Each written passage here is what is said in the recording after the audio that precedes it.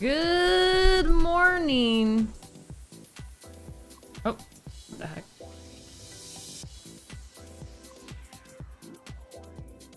I'm not rigging anything. You see nothing. Good morning, loonies. Ugh. In the bin. Hello, everybody. How's it going? Happy Monday. Is this the last Monday of the month? It is the last Monday of the month. The last Monday of February. Oh my god.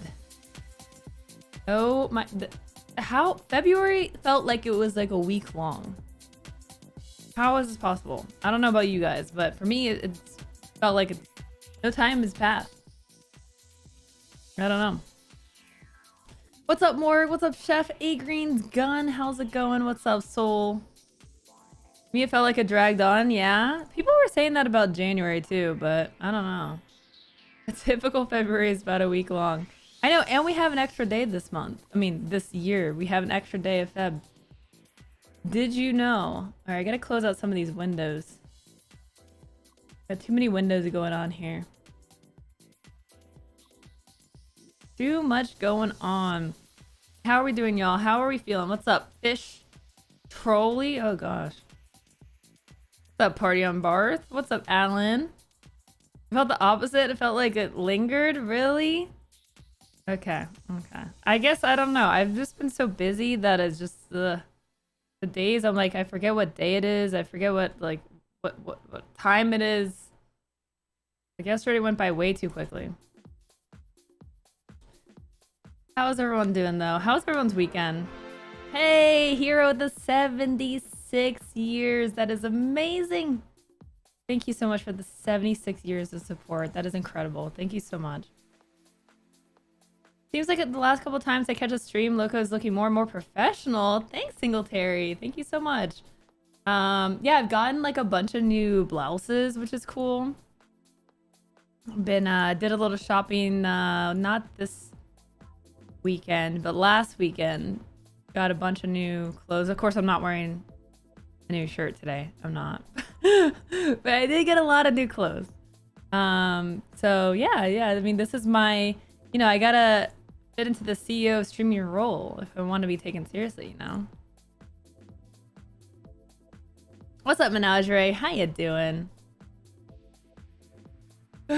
Yeah, so Chrissy's been feeling under the weather, unfortunately. So we had a pretty chill weekend. Got some work done. Been working on stuff. Got a YouTube video out this morning on the sub price discussion that we had last week. So if you want the slightly more condensed, I mean, it was like an hour and a half and we got it down to like 30 minutes. So I'd say that's a pretty good job. If you want to check that out, that's up on the YouTube. You can do that after the stream. After the stream, not during the stream. We also are live on YouTube. So if you're over on the YouTube, hello. I don't have anyone watching on YouTube, actually, I don't think. Let me go to all live chat. There we go. We're matching with the green, really? This weekend I clocked in my first live paranormal investigation stream for 2024. We are off and running. Nice. And no drops. Hey, congrats. I hope it went well. Thank you, Hero. Yes. What's up, a bullet away? How you doing? Yes, we are live on the YouTube. We are multi-streaming. I posted a short this morning. I did a video. I'm doing a live. We're doing all the things. We are doing all of the things.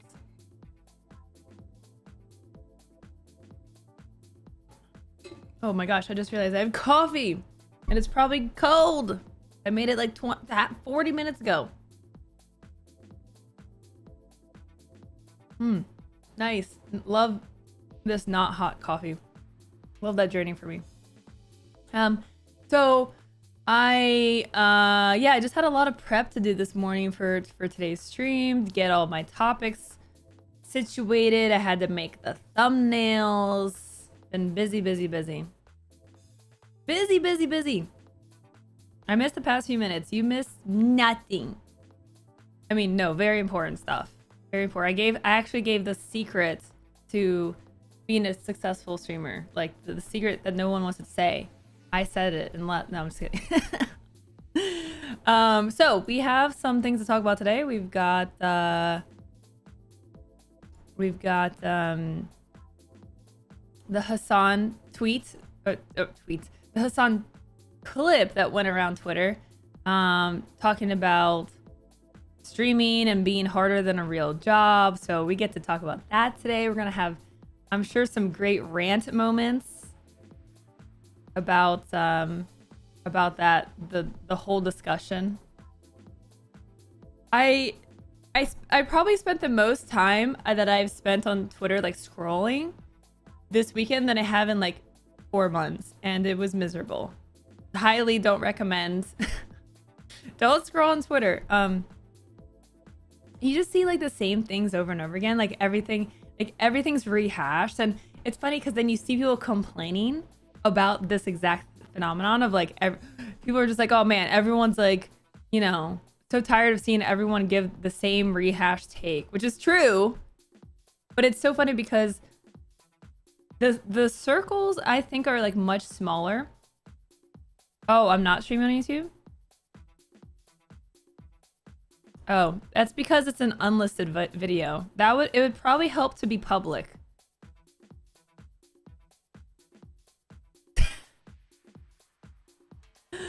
And I was like, okay, I don't have anyone watching on YouTube. That's fair. I mean, I get it. My YouTube's not that big and people prefer to watch on Twitch. That's fine. Not realizing that the video was literally unlisted, so no one could find the video. Okay.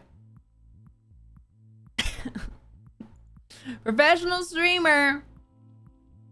Right here, guys. Right here. I'm doing it live. Well, I initially made it unlisted because I thought that would prevent my Discord bot from like alerting everyone. When I set up my stream, it like alerts people, and I'm like, oh god, don't ping people. I'm not ready yet. Did not fix it. Atif is over on the YouTube. There we go. Look at our little YouTube chatter. Depends on how your timeline is and how you shape it. I feel it at times when your circle is exploding with doom scrolling. I mean, I do not interact with many tweets these days. I don't like actually really scroll on Twitter. I have been so much happier not scrolling on Twitter. Every now, like I try to do a little bit, just enough to figure out what people are talking about sometimes. But it's tough because it can be helpful to find things to talk about, right? Like the Hasan thing, but it's just mostly detrimental. DeLauren, thank you for the 64 months and the tier 3. How are you doing, DeLauren? How are you doing? How are things? And also, you and Rosie had a birthday last week. You guys share birthdays. Isn't that awesome? Skomar, really, Skomar, really. Thank you for the 109 months tier 2, I guess. That's fine. Whatever. Sure. Thanks for that. Watching the YouTube stream well in Twitter chat. I'm not streaming on Twitter. I have been seeing people stream on Twitter, but... What is Twitter? Whatever. I'm not calling it X because I can't... Like, I don't want to take it less seriously than I already do by, like, calling it X. It's just... Can't do it. Well, I was scrolling on X.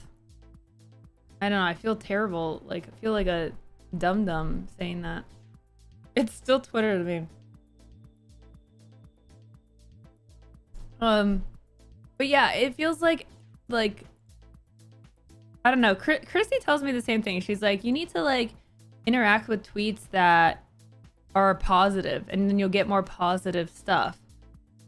And I'm like, I don't want to have to search. I'm stuck. Like my timeline is stuck in the depths. I don't want to have to search far and wide for one positive tweet. It is just Chris with the 58 months. Thank you so much for the 58 months of support. Oh my gosh. Allergies. The light. The light tickles my nose. Yeah. Consider Musk dislikes it when people call it Twitter, therefore calling it Twitter is the morally correct thing to do. This is true. Yes. When it is called x.com. Right, like that's... I was on x.com the other day. People are gonna be like, what? You did what now? Yeah. I just, I can definitely understand the correlation. My eyeballs are itchy. Between scrolling less on Twitter and being happy. I get yeah, like even tweeting just just the site just sucks.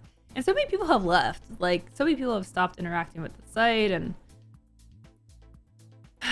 yeah, just the bare minimum at this point.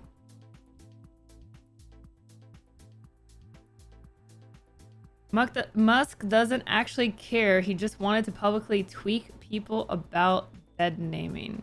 Remember they removed the dead naming policy a while back?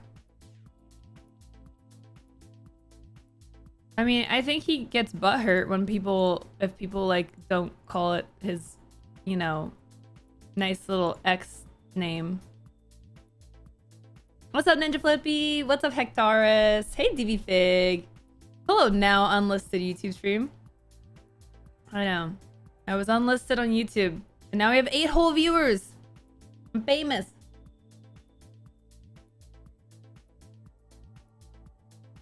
Oh. I'm just waiting for Twitter to just die. It's going downhill. I'd love to know the stats, like the traffic stats. And see like what's changed. I know like the advertising revenue has gone way down. I mean, that's definitely a thing. That is definitely a thing that's been going on. All right, so today we have on the docket, we have a couple of Twitch things. So we have TwitchCon EU tickets have gone on sale, so we're gonna take a look at that. They're also, I think they might still have submissions open for content. Excuse me, I'm not sure if that's still open, but we're gonna double check and see if you want to submit a panel or a show idea. They're looking for content submissions. We also have Twitch getting banned in one country and fined in another. Not so great news for Twitch. And then, yes, of course, we will be talking about the HasanAbi clip that has gone around that, you know, has gotten all of streamer Twitter riled up. It's funny because, like, I feel like this is the most active we've had a streamer Twitter discussion in like a long time. So that's why it's like so rehashed, because it's just like everyone's got to jump on it for that engagement. Something to talk about. Yes, we're gonna get into that, into all the angles of the clip and the answering the question, is streaming harder than a real job? Which is like such a funny title. Well, Kale, hello from the YouTube stream. Hello, hello. I see you there. Okay, so without further ado, let us get our going live tweet set up so we can get into our discussions for today. We might also potentially... Oh, one thing I do want to do today also is based on the Hasan topic, I've seen questions about how streaming and the skills, how can you put streaming on your resume? So I do want to also talk about that if we have some time today. I started to write out some some skills. Let me put this on one page. Transferable skills and jobs. So give some light in that regard. What's up, Leco? Hey CG, how you doing? How's everything going over there? First, define real job. Look, don't get me on my rant yet, chat. I'm not ready for the rant. Okay? I definitely think the title, I hate comparing streaming to a real job because it makes it seem like streaming isn't a real job. Like, what is real at this point? Like, what distinguishes that as a real job? Like, any job, anything that you get paid to do is a real job because you're really making money. Like, if you are making real tangible dollars that you could spend and that's paying your bills, then it is a real job. I mean, that's it. That's what a real job means. Like, it's not a measure of how labor intensive it is because most of us work at our desks anyways. Like, that's probably one of the most common jobs is you work at a desk, you're probably behind a computer, sitting away, typing, you know, opening Twitch chat in one monitor. So how is streaming not a real job? Ugh. I'm allergic to the light. I think making a living wage from streaming alone may be harder than making a living wage from a traditional job. Is it that? I mean, that fundamentally has to be true because you're not guaranteed any money as a streamer. I mean, you're basically like akin to a street performer, right? You're just hoping people give you money and you're in a sea. It's even harder because you're online, which has more discoverability, but you're also in a sea of like millions of people that are also doing the same thing. I think becoming a successful streamer is harder than probably almost becoming a successful creator is harder than I would say almost any other thing besides because of the percentage of people who do actually succeed. And I would say like professional athletes and anything that really seems glorified is because there's a lot of money and like very few amount of people that actually succeed because it's competitive, like being a famous singer, actor, athlete, you know, like I feel like it's just so hard to succeed because you're not, especially like with streaming, you could work really hard and still and be really good at it, but like it doesn't really matter if you're not, you know, doing things to get your stream out there. Why is my eyeball so friggin' itchy? The lighting, man. As soon as I turn my lights on, I just start. Oop. Can I turn my lights down? No, that's too dark. No, this is a good medium. I just noticed below that you live in Texas. I have many questions. I'm in Austin, Texas, and a lot of streamers are here, so that's why I moved here. I'm just gonna pick out all of my eyelashes. Don't mind me.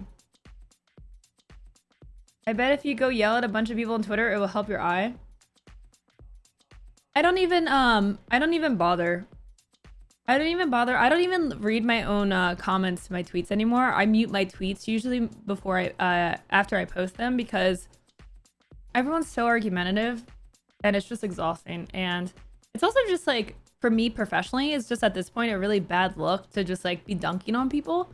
And it's mostly a waste of time because people are coming from like a place that like unless it's another established creator, that there's very few people that are I can see eye to eye with and have like a genuine conversation with. Most people are just like trolls that literally have never streamed before or streamed to like 2 people and play Call of Duty and yell slurs, and then they're like jealous of people who got popular streaming. Like, why would I engage in any conversation from someone that's coming from that perspective of like you don't know what it takes to be a streamer, so why would I talk to you?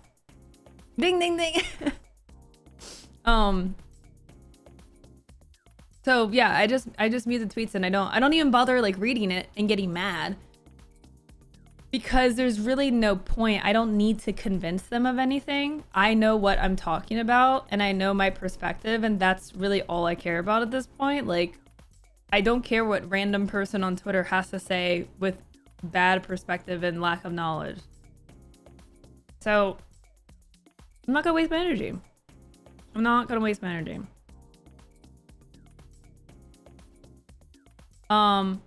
What I will waste my energy on is talking to you guys and having a conversation and, you know, having some good rants and then calling it a day. I think that's a good plan. Six Classer, thank you for the 14 months. Thank you for the Prime sub. Chris, thank you for the 58 months again. Thank you all for the resubs this morning. I really appreciate the support. Thank you so much for continuing to support my content. How is streaming different than something like insurance sales or a realtor? No guarantee of a 40-hour week. Lots of time spent networking and strategizing. Yeah, I mean, I think there's like streaming has a lot of similarities with other jobs and also a lot of differences. I think streaming has a lot of pros and a lot of benefits and privileges compared to other jobs, and I think streaming also has a lot of negatives that you don't face in other jobs. I know, crazy.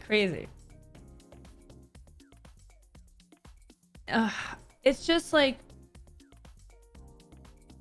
it's one of those things that, like, when you're in it, you know the challenges, and sometimes you want to talk about those, right? Like, we all complain about our jobs, and yes, I mean, it is like a privilege and it's an awesome job to have. We can say that, but then also we can still have like things that we don't like. Creators especially, I mean, this is true in all jobs, but I think content creation especially, people are really subjected to burnout. They get burnt out a lot. I'm gonna turn off the music here so my YouTube doesn't get muted. But burnout is a big thing that creators face, and it can really, like, and also just like being in the public eye, having to deal with like stalking, doxing, death threats. You know, not every job has to deal with any of these things. And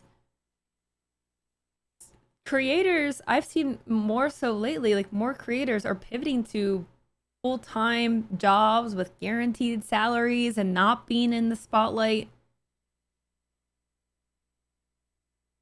I mean, there are definitely things about streaming that I would love to trade away for a typical 9 to 5.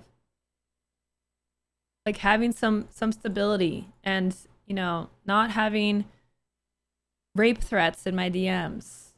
Like that, like, those are things I could do without. And some people leave the industry because they don't want to deal with those things. Would it not be better if streamers had a union like actors and writers do? So I believe that SAG does accept influencers or content creators. But I don't know what the qualifications are. It's not widely accepted. I've even seen contracts, sponsored contracts that will... They won't work with like union or guild members. So yeah, it's still not like a widely accepted thing. Yeah, Guam. I mean, and I'm not even that big of a creator, and I deal with like those things. I've been dealing with those things my whole career.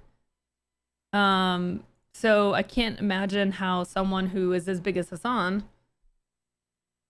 you know, gets probably that stuff all the time. And some people are better at shrugging that off. Like maybe he is better at shrugging off some of the hate.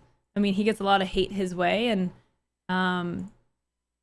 you know, some people have a thicker skin for that kind of stuff.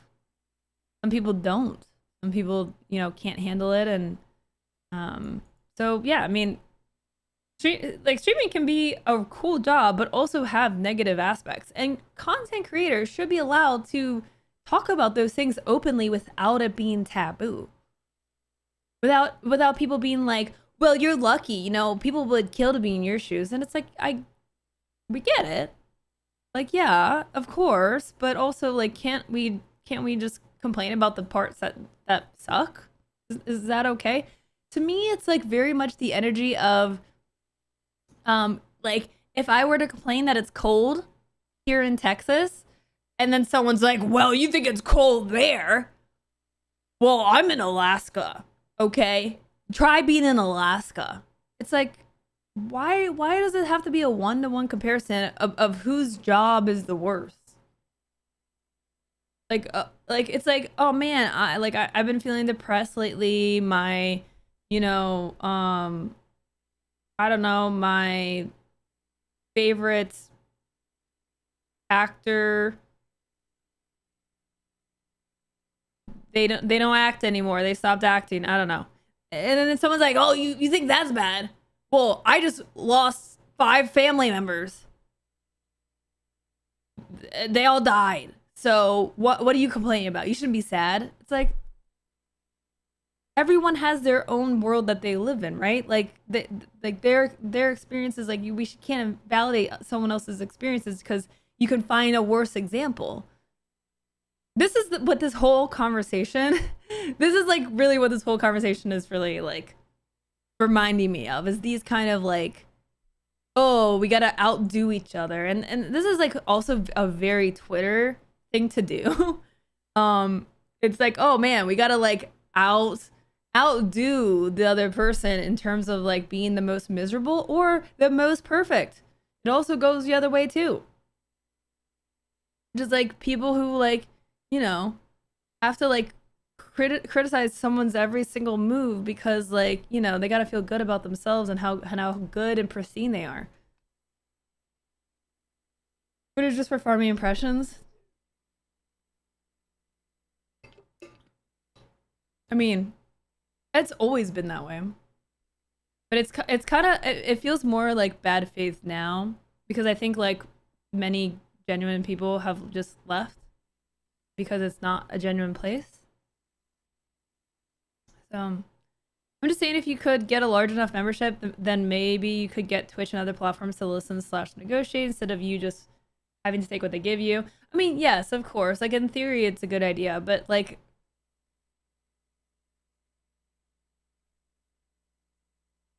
it's hard to get people on board, and there's no clear like organizer. I don't think anyone has the energy to like really lead that initiative. And also there could come a lot of repercussions to doing stuff like that, right? Like, I mean, Amazon is definitely not known for being very friendly when it comes to unionization. So there could be repercussions doing that as well. And yeah, I mean, not to poop in your parade. Just thinking about the realistic implementation and why it hasn't been done yet. Because it has been thrown around as an idea for sure. Anytime like something bad is happening with Twitch, everyone's gotta go throw around the word, but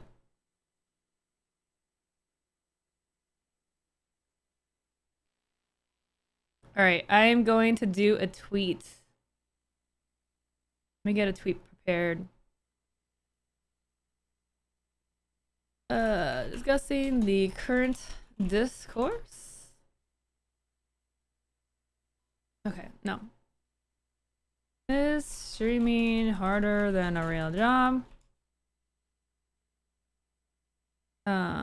Plus some Twitch news. There was something else I was gonna add to this. Oh, yeah. Also discussing how streaming offers many transferable skills to other jobs.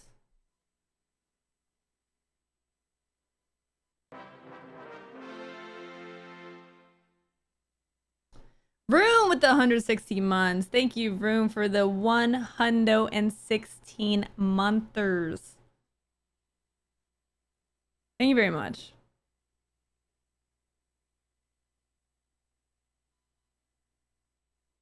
All right. Twitch or youtube.com/locos/live, I think it is.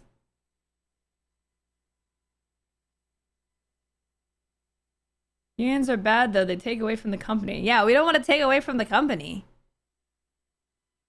How dare we?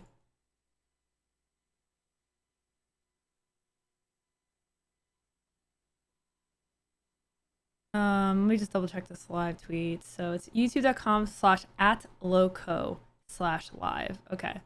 /@loco.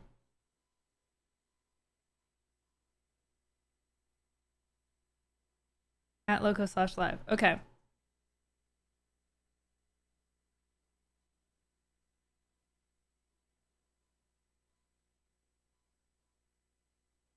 Okay. Post. Posting. Post to post.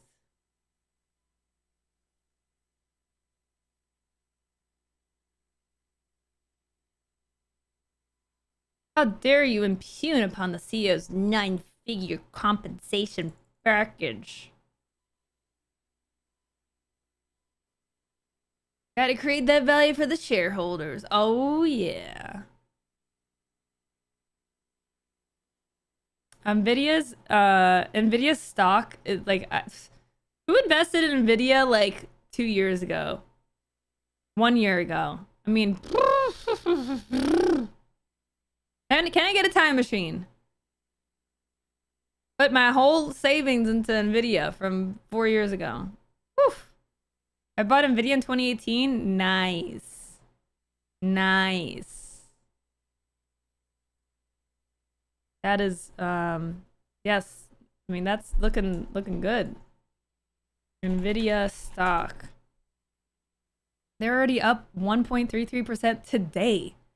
They're unstoppable. Let's look at Nvidia over the last 5 years. In 2018, is 5 years more than 2018? Yeah, okay, max. 2018, it was worth about $50 to $60 a share. $70 at its peak, $70 a share. Today, it's worth $800.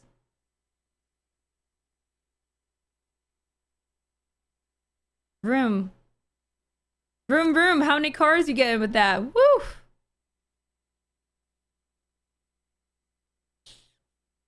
That's wild. Even like back in August.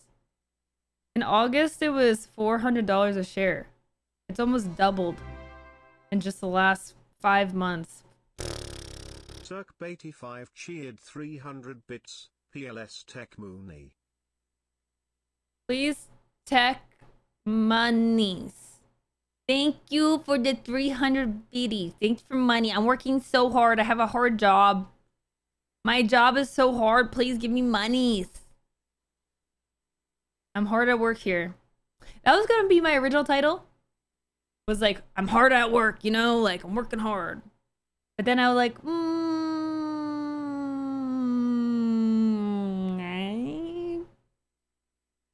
hard at work could be maybe misconstrued.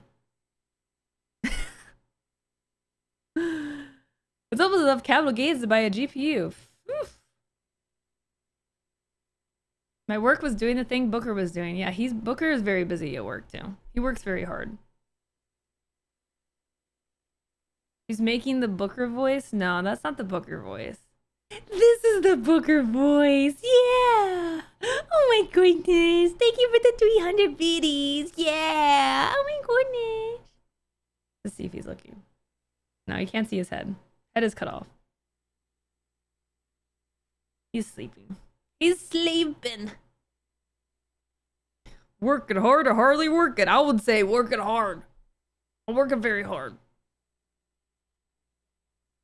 Okay. Let me link up my going live. If you want to retweet the daily going live tweets or engage, a retweet, a comment, say that you're here. Give it a like, whatever engagement you can spare. Please help me. I'm poor with engagement.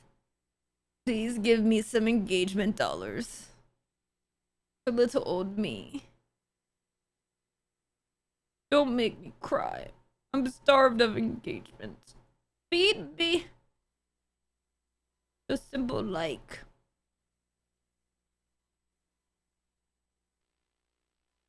Where's the thread? I look, if I could tweet to both at the same time, post to both.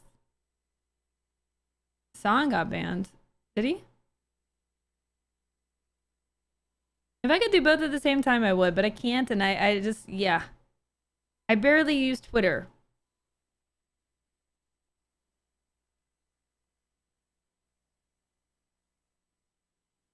Thank you guys. Thank you, thank you, thank you. Yes, check in. Say that you're here.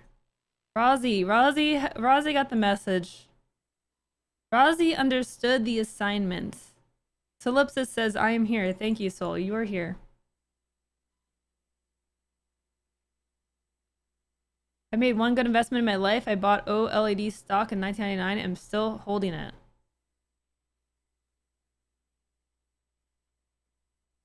What is OLED? It's just the company that makes OLEDs. Oh, okay. Interesting. Universal display. Oh. Okay. You bought it in 1999? My lord, it was in 1999 it was worth $3.75. Now it's it's $173. Gone up 14% in the last 5 years, so that's good. Still some growth there. I don't know. All the LEDs are screens used on phone and high-end TVs today. Gotcha.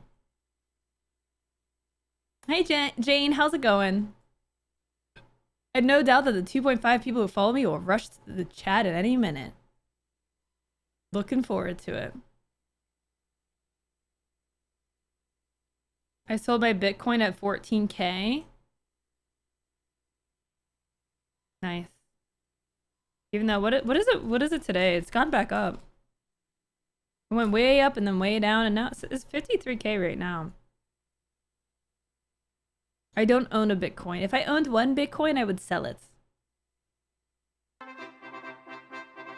have probably 0.0009 worth of Bitcoin somewhere lying around somewhere.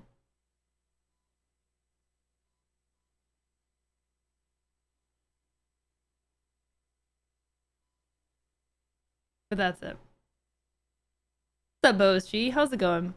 I remember my friend in college telling me about Bitcoin. And I was like, I couldn't understand it, which is fair. I mean, this was like 10 years ago. Also didn't really have like that much disposable income, so I could probably have bought like 100 of them though. That'd be a pretty insane payout right there. Hey, Bobby! Thank you for gifting a sub to Jane. What's up, Bobby? How's it going? Thank you for gifting that sub. Hope you're doing well. Hope you're doing well. I probably have a couple $1,000s of Bitcoin from 15 or so years ago, but I have no idea which drive it's stored on. Oh no. Yeah, but time to get searching. Alrighty, so hello to YouTube and Twitch. We are going to get into some discussions today. Let's do a little warm up here. Let's do a little, what the hell is this? Internet stunned after woman rents out Stanley Cup for selfies. Not like, at first when I read this, I thought like the Stanley Cup, like somehow she had like the Stanley Cup, like the hockey trophy. And I was like, okay, I mean, that makes sense. But no, like a freaking thermos. A thermos, chat. Being rented out. So you can take a picture with it. Why are people so obsessed with Stanley Cups? It's ridiculous. It is so overhyped, honestly. It's so overhyped. It is a freaking thermos. Who cares? Like, why are people getting into fights and getting arrested for stealing Stanley Cups? Like, it's just insane to me. The start of 2024 saw Stanley Cups become the hottest utensil owned, with buyers flocking to stores in hopes of getting their hands on one. Target ultimately was forced to put in place a purchase limit, an attempt to control the mass crowds. I mean, this is also like, this whole thing is definitely just like artificial scarcity as well. However, this didn't stop them from quickly selling out, leaving some eager buyers empty-handed. Like, it's a freaking thermos, guys. It's a freaking thermos. It's so ridiculous. My wife was losing her mind about how Starbucks sells a hard plastic container for $30, while the exact same one without the label is at Walmart for like $5. Apparently, there's a class action lawsuit out about them now having about them due to having lead inside. It's an amazing cup though, but like it's just like it's not unique. There's so many thermoses that are decent quality. I'm still on the Yeti bottles. One woman is renting out her pink Stanley Cup for selfies. Neat, who goes by East Side Marios on TikTok, took to the social media app to share the unusual listing found on Facebook Marketplace. Of course it's Facebook Marketplace. Asking viewers about the bizarre listing to TikTok has since gone viral. It's like, it's really popular with like kids as well. Like I remember that was like a big Christmas item that people were having, was like they wanted a Stanley Cup.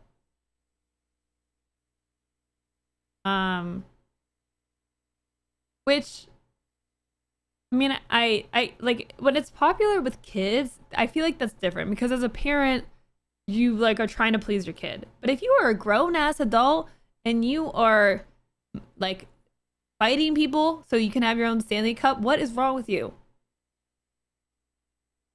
I can't. It's just weird. It's just weird. I just like, I'm so anti like obsession. Like I don't believe in being obsessed with anything to like degree that's where you're just like that. I don't know. It's just too much. It's too much. I don't like it. Hey, Echo Bite, thank you so much for the Prime sub. Thank you for the 11 months. I appreciate it. STFC excluded? Yeah, but even then, I'm not even that obsessed with it. Like, I'm not like, you know, it's like, I'm not as, I mean, I'm barely keeping up with it these days. People have literally been trampled to death at Walmart on Black Friday. Consumerism is nuts. Yeah, I mean, it's just like, we talked about this last week. Like, people are sheep. Like, we're so lizard brained, and companies just they milk us. We're such suckers. Can somebody tell me why someone is selling selfies with their pink Starbucks Stanley Cup on Facebook? Just watch the video. Where's the... Somebody tell me why someone is selling selfies with their pink Starbucks Stanley Cup on Facebook. I have a pink Stanley Cup available for photo shoots. Selfies with it are $5 and I can meet at the mall during the day. Message me to book a time. I'm literally booked up all afternoon on Wednesday. Like, and they're booked up? How desperate are y'all? The seller went on to state anyone interested just needed to DM her send her a DM to organize a time. It's like $5 though. It's just so weird. Like, I feel like the effort of getting with someone, meeting them somewhere, getting $5 to take a... This is so ridiculous. Like, this has to be a meme. Oh my god, I can't. I saw someone from my city sell pictures with their Starbucks Stanley for $15. A photo of the iconic pink cup also previously sold for over $150 at the height of the craze. A photo? And some cups even resold for over $300? A photo.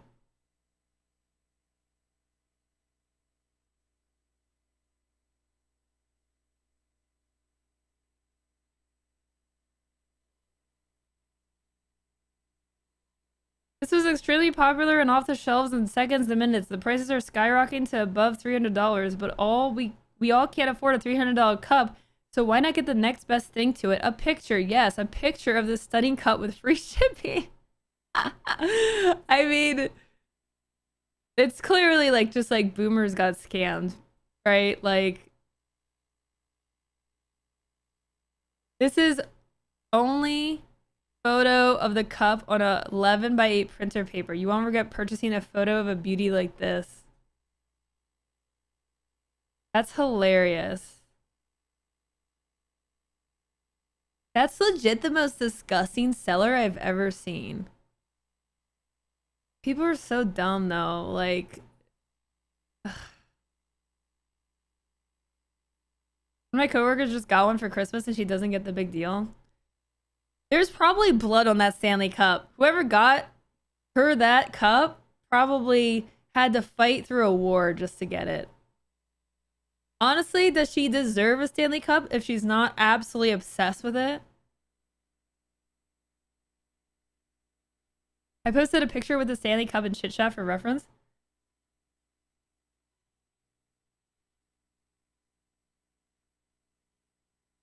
Can I show this on stream?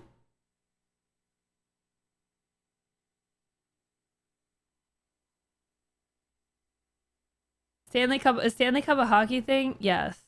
It shouldn't even be called a Stanley Cup because I wouldn't say it's a cup. It's like it's a thermos, right? Like, is it a cup? I don't know. Do cups have lids? I just can't. I don't know if like the definition of cup is something that has like a lid on it. A mug. It's a mug. It's a mug.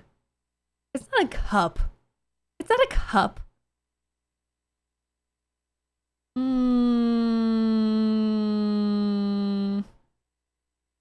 If chat gifts you a cup, will you sign it and post a selfie with it?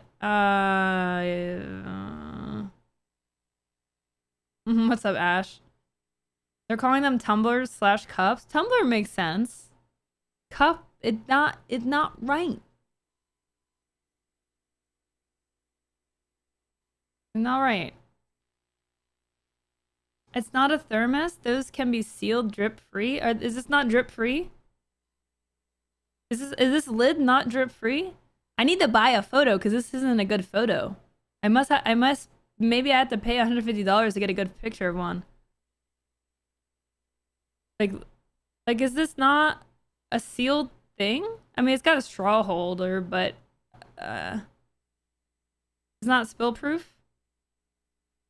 The thing is, they were originally made for outdoorsy people and mainly directed towards masculine colors to be appealing to men, really? I've seen videos where they leak.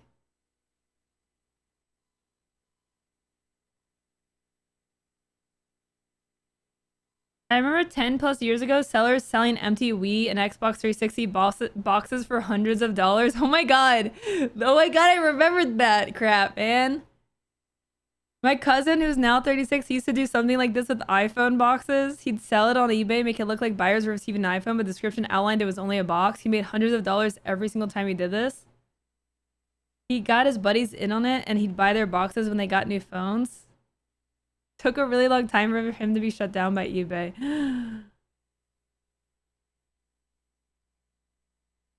I don't know. Where do you guys sit on this? Like, do you feel bad for the people that get suckered into this? Or is it, hey, you know what? You didn't read the description. Joke's on you.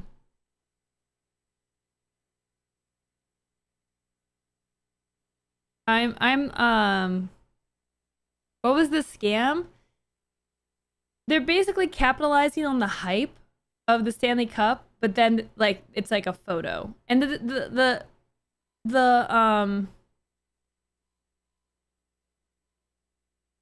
Yeah, it's like Starbucks Stanley Pink 40-ounce limited edition cup, but it's a photo. Like GPU sellers, yeah. What's up, CBM? It's shady as hell. Yeah, I mean, clearly the person's trying to be shady because who really would pay for a photo? Who would really pay for a box? It will help it will help be a lesson that will help them make better decisions in the future. Oh my god. Yeah, I mean, it's a life lesson. I mean, technically, the description wasn't a lie. But yeah, I mean, when you're I mean, a scam is always a scam. It's not really a scam. They are delivering. It's not a scam as it's like just like kind of it's shady and misleading and unethical. But I don't know. What is it, a scam? I don't know. Anyways, I thought that was really interesting. We haven't talked about the whole Stanley Cup phase. I don't know enough. So it's interesting. Back in my day, we were obsessed with Pokemon cards. Legos was huge. I remember my mom actually like doing bidding wars on eBay to get Legos. Also, just a heads up, ads are about to start in 30 seconds. So if you don't want to see the ads, you can sub. Otherwise, ads are a free way for you to support my channel. And then you'll be back in a few minutes. And I'm going to tell a story about how when I was a kid, Legos were the thing. And they were so hard to get. Like the nice Lego sets. And I remember I was like, I don't know how young I was. I was probably in 3rd, 4th grade, maybe. And there was a Lego Harry Potter, like, was it Hagrid's hut or something? It was like some Harry Potter like Lego set. And I really Potter and I remember my mom like getting into like a bidding war on eBay to try to get the Harry Potter set. Like just kept battling like multiple people. When did Lego stop being the thing? I think like I mean it's come back. Lego has come back, I would say. But yeah, I don't like did she end up winning that or she got me something. Like I definitely had a few Harry Potter things. But I just remember it being like I remember like watching her on eBay and like trying to bid at the last second and come back and never left. I would say the fad did die down a bit. I think it's coming back stronger now. What's that, Rev? Lego bad news? Maybe I can find something.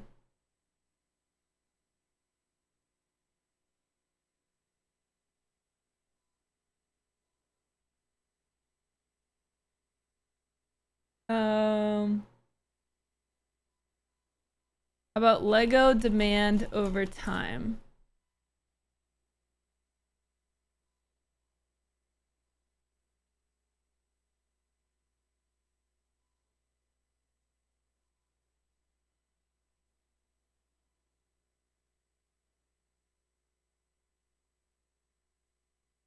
I don't know.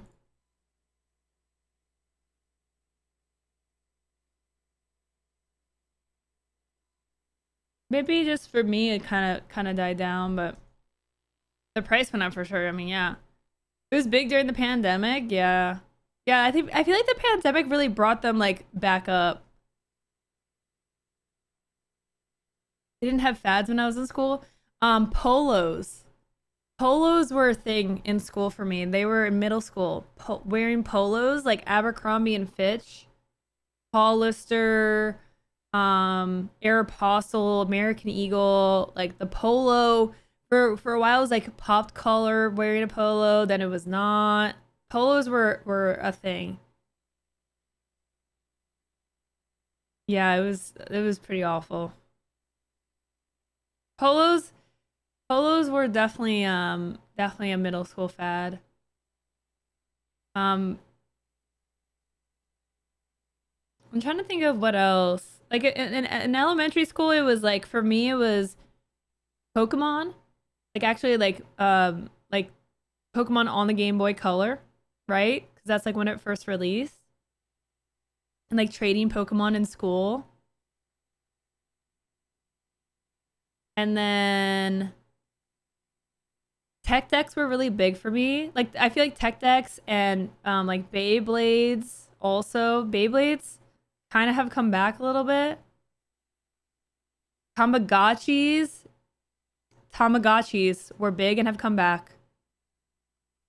Tamagotchis were big and have come back. Yeah. It was Polo and A&F for middle school. Yeah. Oh my god, really? T. Yeah, tech decks. The Skechers with the wheelies. Razor scooters were big.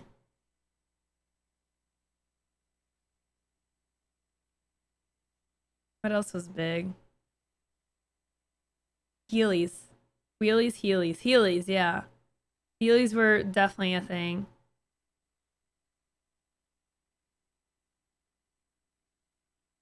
Skater shoes were huge, yeah. Razor scooters, what else? Oh man. Some good fads. Ripsticks? What are those? Cabbage Patch Kids. I mean, I guess. I was not that big into dolls. I was more into G.I. Joes. Beanie Babies? Yeah, Beanie Babies weren't that big. Like collecting Beanie Babies. Like there was like the American Girl doll series. I mean, Barbie was obviously very big. Barbie was super big growing up. Legos. Neopets. This is a nostalgia road here.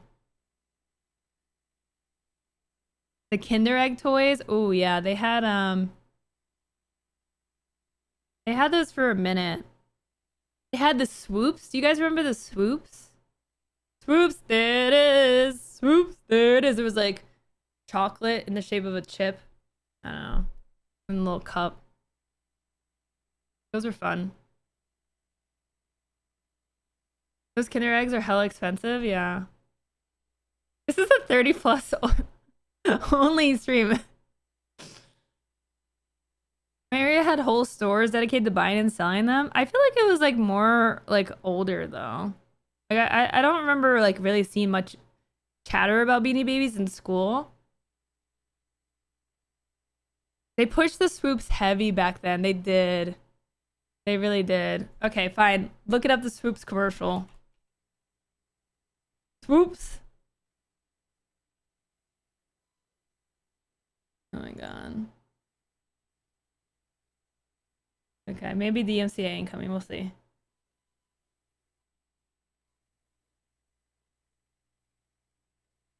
Hershey's Swoops TV commercial.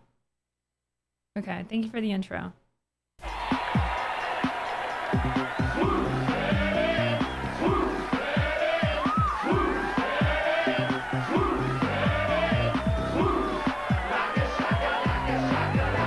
New Swoops from Hershey's. Irresistible curves that are bending the rules on how to eat chocolate. There was this chocolate in the shape of a Pringle. I don't know. Kind of a weird product. It's swooping the nation. Like you're just buying that and eating that instead of like, I don't know. Like I don't know. It was fun. I liked it. A simpler time. Oh my god, I have a funny story to tell y'all. Okay, and then we're gonna get into the news. I swear, there's one story, and then we're gonna talk. Make sure you retweet my going live tweet. And then we have more news. Okay, so yesterday. Oh, hi Booker. So yesterday, so Chrissy hasn't been feeling well, and she wanted like some sweets for dessert after we ate dinner, and she asked for something called Muddy Buddies.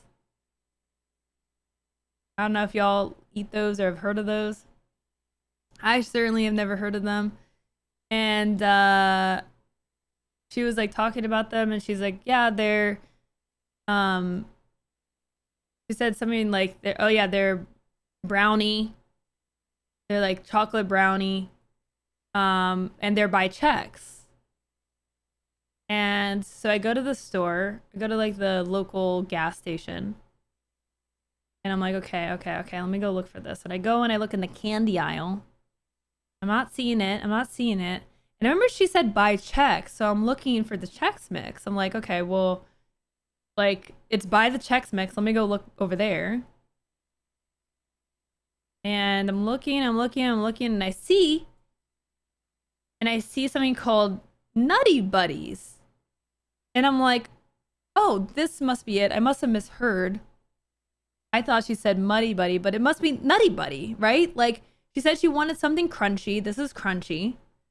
It's next to the Chex. It's by Chex, right? It's by the Chex Mix. And right next to it, literally to the left of it, there were like brownies, like cosmic brownies. So I was like, oh, this is it. Nutty Buddies. This is it. It's by the Chex Mix. It's right next to the brownies. It's called Nutty Buddies, Muddy Buddies. I must have misheard. And it's crunchy. Perfect. She was so disappointed. She was so disappointed. She was devastated. I did not know there. Why is there Muddy Buddies and Nutty Buddies? Nutty Buddies, Muddy Buddies. Why? There was no Muddy Buddy near the Nutty Buddies. It was right next to the brownies and by the Chex. Why? Why is that a thing? Okay, anyways. Let's get into our news for today.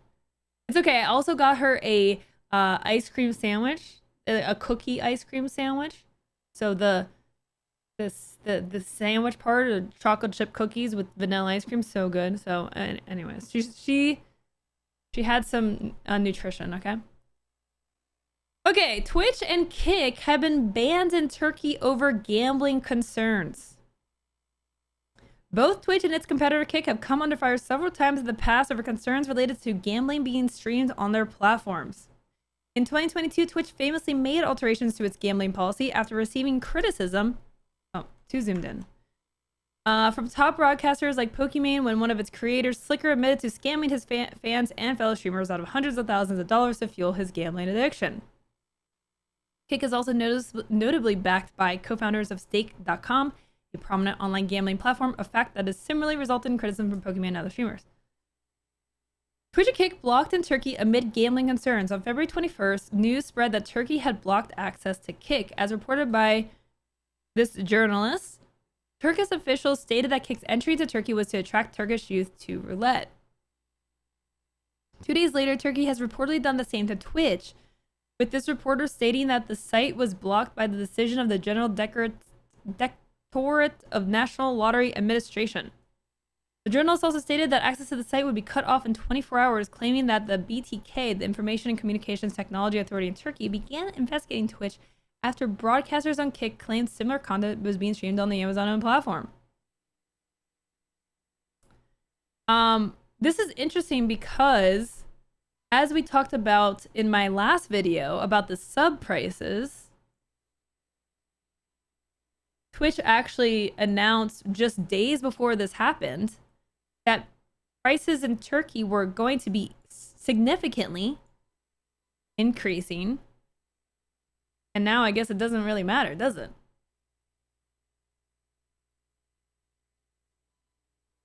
This was 2 days before they announced, before it was announced that that Turkey was blocking Twitch. This is the first time Twitch has been shut down in a country. In late 2023, Twitch revealed that it would be halting operations in South Korea, which is happening tomorrow, due to prohibitively expensive operating costs starting on February 27th. That's tomorrow. So Twitch is no longer in South Korea, and Twitch is currently banned in Turkey. I don't know if there will be a resolution to this. See if anything's been said on this wonderful Xerto tweet.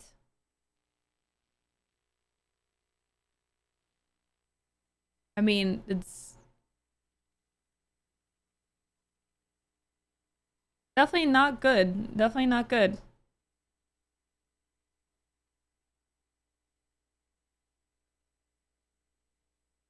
Work days, yeah, I'm gonna be talking about that. So you're just in time. Please don't say the date. I'll have a panic attack. What? You mean today's date? February 26th? I'm still kind of lost on the whole gambling reasoning. What do you mean? So South Korean streamers are, I think some are trying to VPN and see if they can get around the, like, Twitch being shut down. A lot of streamers are moving to another platform called Africa. Africa. So that's where I think you'll see a lot of streamers move to. Speaking of, actually, on this topic, South Korea, which again Twitch is pulling out of, South Korea actually fined Twitch. The Korean telecommunications watchdog said Friday it has slapped a fine of 435 million won, or $300,000, on the U.S. live stream video platform Twitch, which suspended its video on demand service in the country last year.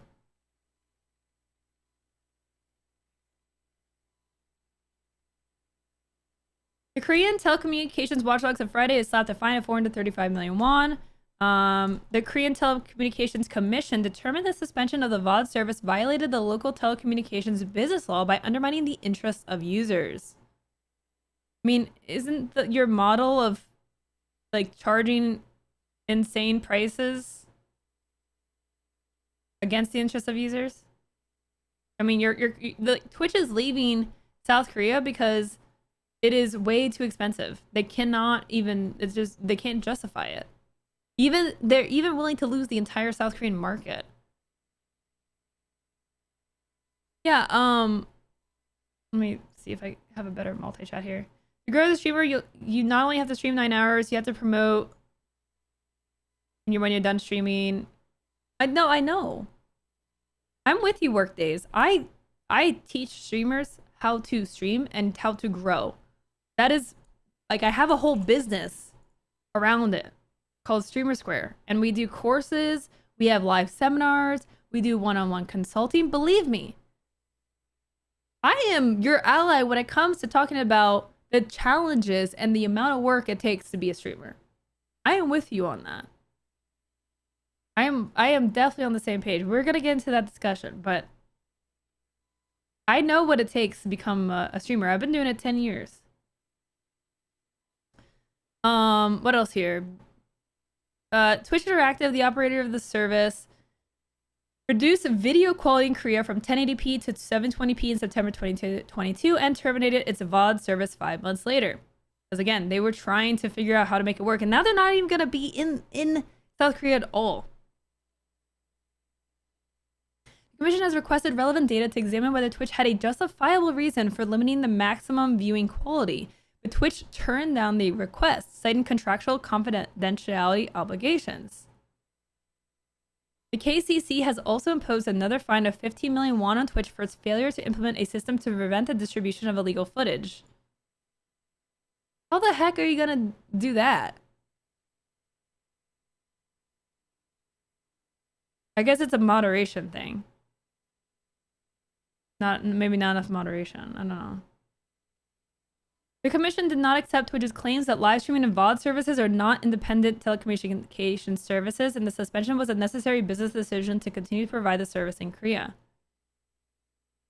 As part of the corrective measures, the KCC has ordered Twitch to disclose the receipt of these orders and to implement preventive measures. I mean, they're leaving, so it doesn't matter. They're gone. Tomorrow they are gone. Twitch has been instructed to prepare various user protection measures, including refunds, as the company is set to conclude its operations in Korea later this month. What a mess. What an absolute mess.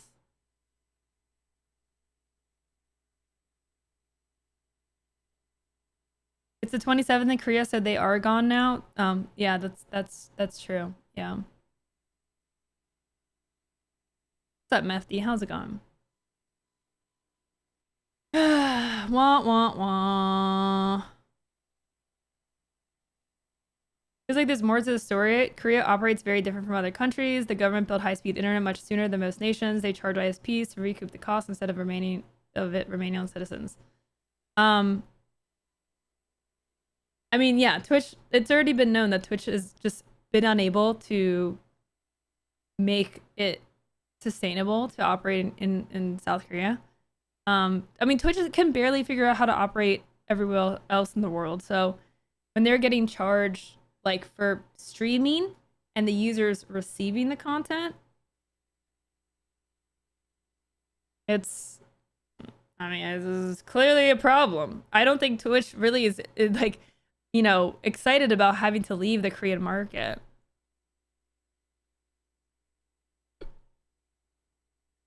I'm saying the government wanted to get more money from Twitch, and so when they left, RK is mad about not getting the money. Sounds like an internet toll service for non-Korean companies. Yeah, pretty much for any business or website, I think, that like operates in that market. We also got some information about TwitchCon EU. Tickets are on sale if you're planning to go to Rotterdam, Netherlands, June 29th to 30th. What the heck? It's coming up so fast. June 29th to 30th. Tickets are on sale. Let's look at the ticket prices.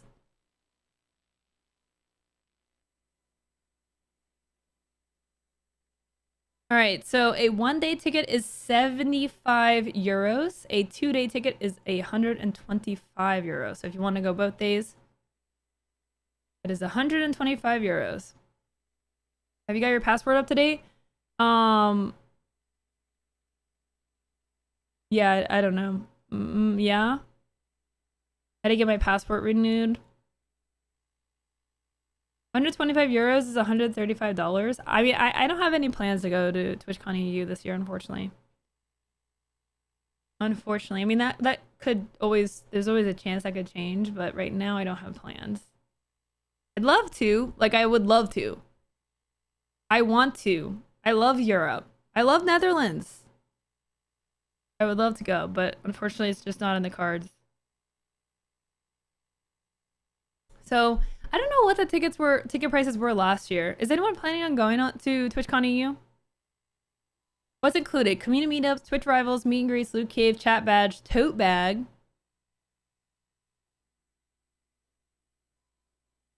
There's going to be a partner party on the Friday. If you are traveling to EU out from, like, let's say the US, definitely recommend getting there a couple of days early so you can adjust for the time change and get settled in. It's a long travel. Like, if you're gonna go all the way to Europe, you might as well stay for like a week. Looks like there's gonna be a partner lounge if you're a Twitch partner.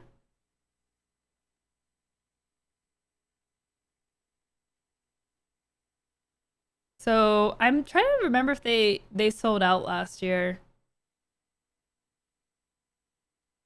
I don't know. If you're planning on going, I mean, I definitely wouldn't wait. Prices were the same last year? That's interesting. So prices were the same last year. Okay, let me link this in chat. I'll link it in both the chats here if you want TwitchCon info. Where is my other chat? Twitch chat, where are you? Okay. There you go.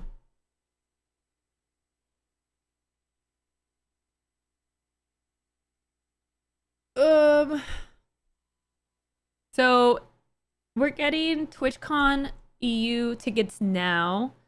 We are 3 months away.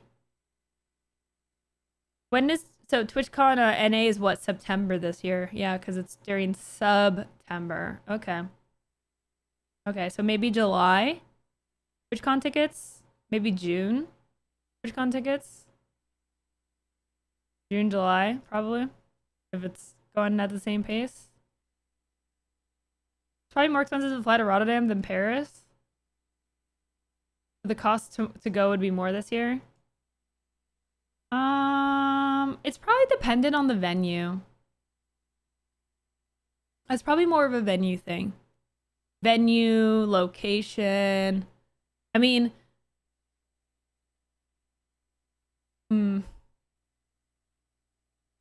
yeah.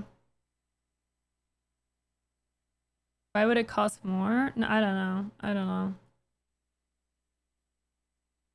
I don't think it'd be like that much more expensive. It's interesting because the prices have like gone up for NA like pretty much every year. There used to be a discount for partners, like for partner badges, and yeah, it's gotten a little pricey. I mean, you know, especially with these sub price increases. I mean, dang. You might see NA tickets go up even further. I don't know. I don't know. All right, let's get into our main topic today. Is streaming harder than a real job? Before we get into this, let me take a quick bathroom break since I haven't gotten up in the last 2 hours. Or how long have I been streaming for? Hour and a half. So let me take a quick break and then we will talk about the drama. The clip that has 19,000 likes.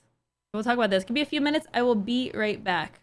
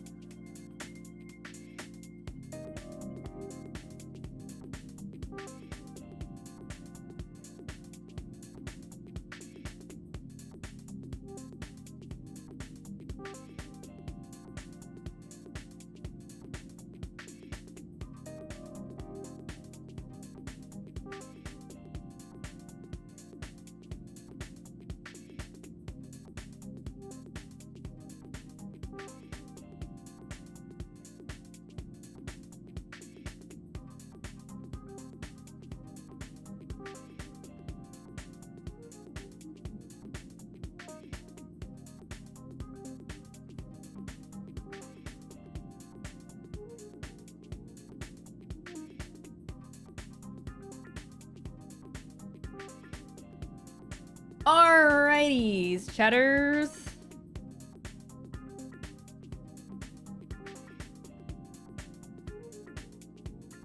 I think a lot of people didn't watch the full clip. Yeah, we're gonna watch everything, so don't worry.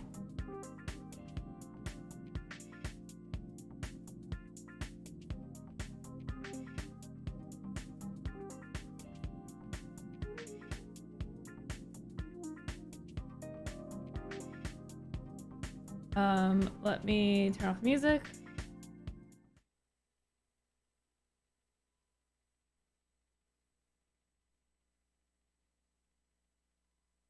Okay.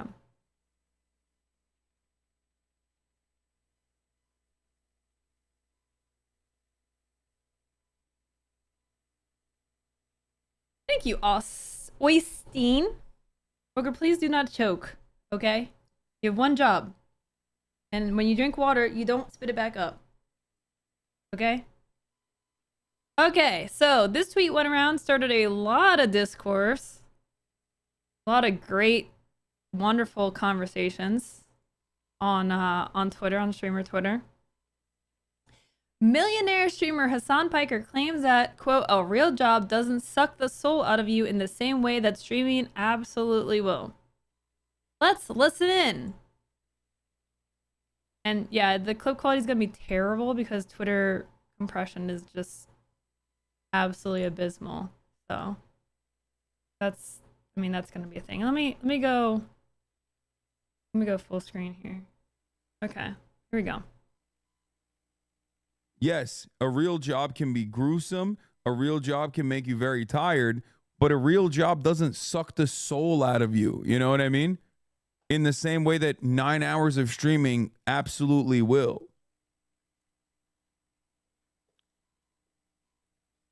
So, yes, a real Okay, that was it. That in case you missed it. Job can be gruesome. A real job can make you very tired, but a real job doesn't suck the soul out of you. You know what I mean? In the same way that 9 hours of streaming absolutely will. Okay, so obviously people did not have a great time with this clip. Has Hasan ever had a job other than streaming? Yes. He immediately before this, and actually during streaming, he was a commentator for the Young Turks, which is like a online news org. So he did he did desk job stuff.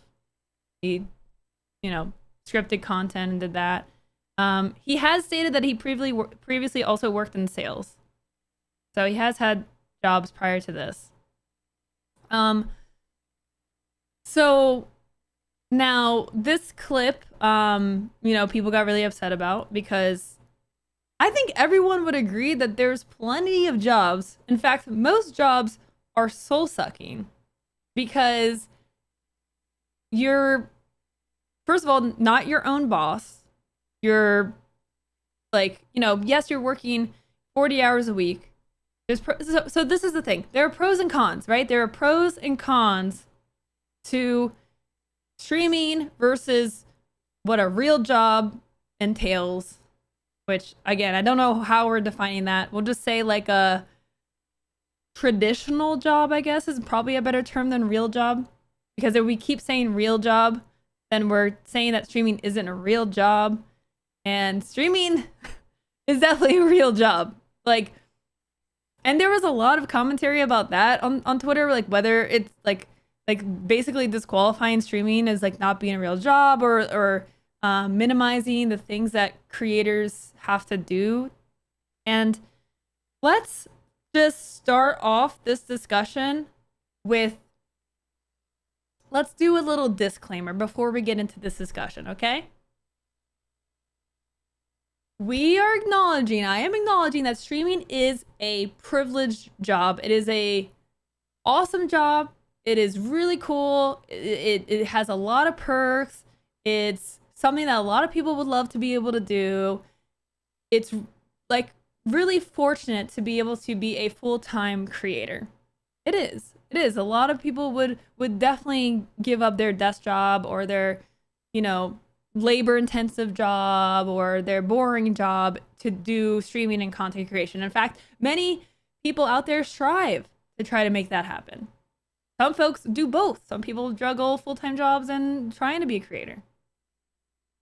So let's just get that like disclaimer out of the way. Okay? Because I don't want people coming in here and being like, you have such a good job. Why are you complaining? And I think that's like the just first problem we need to iron out here, because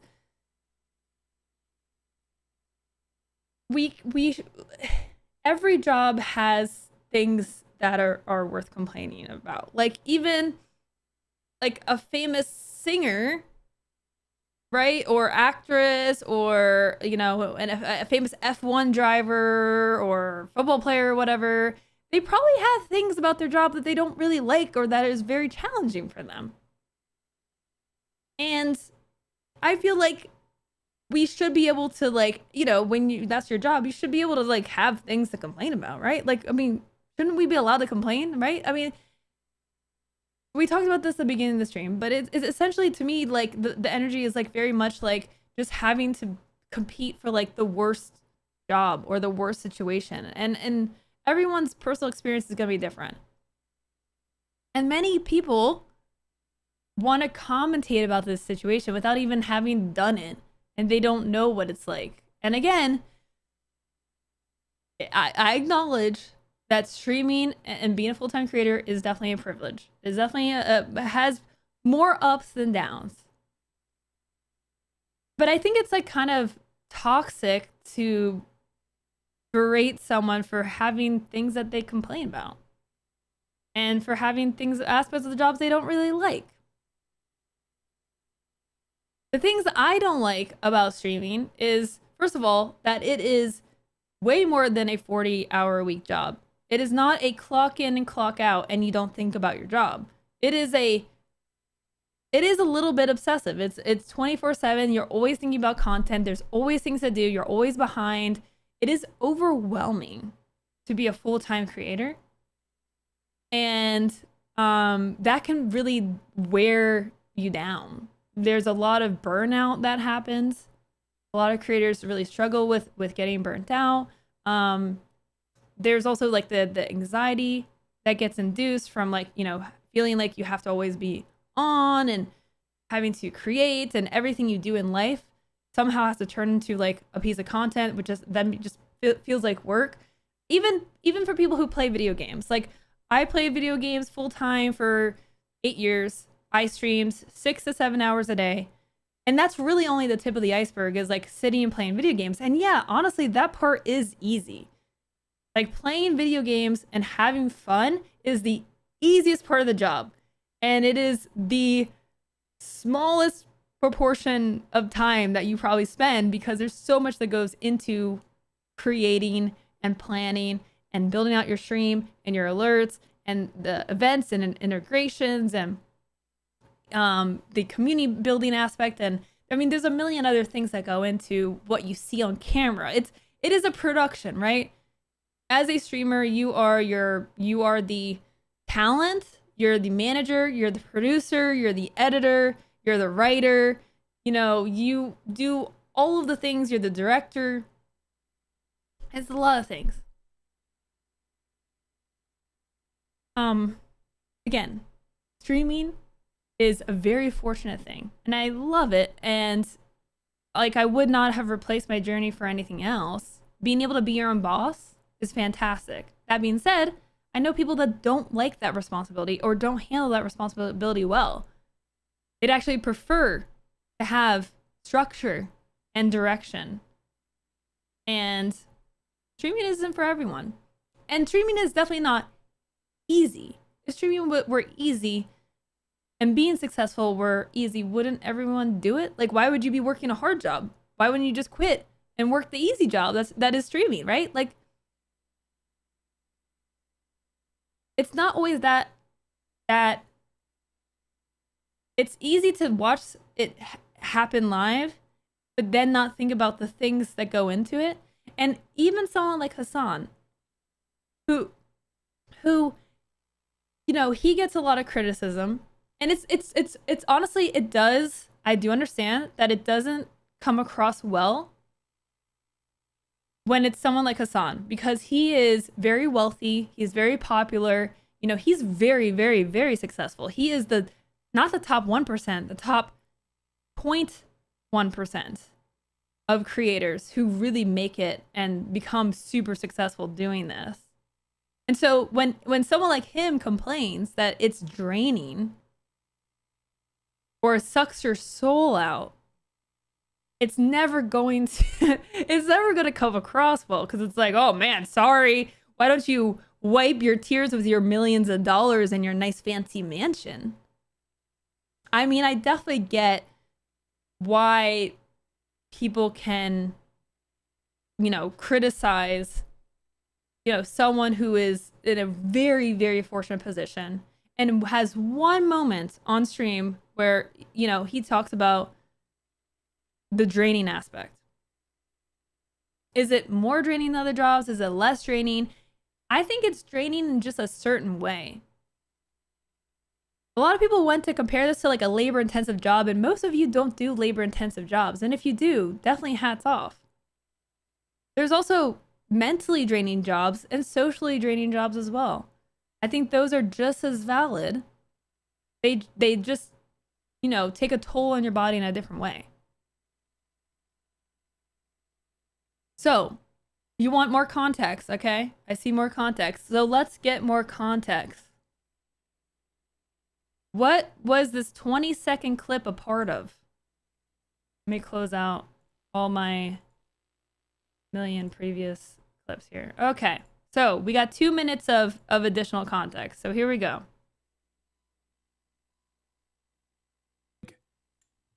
No, social battery wise, unless you're in retail, unless you're in fucking retail, it's very different. You're out of touch. I'm gonna die, dude. There's motherfuckers who are accountants in here and they're misunderstanding what I'm saying. A real job does not expend your social battery in the same fucking way as someone who did a sales job, a real job. Okay. I'm telling you, as someone who did both,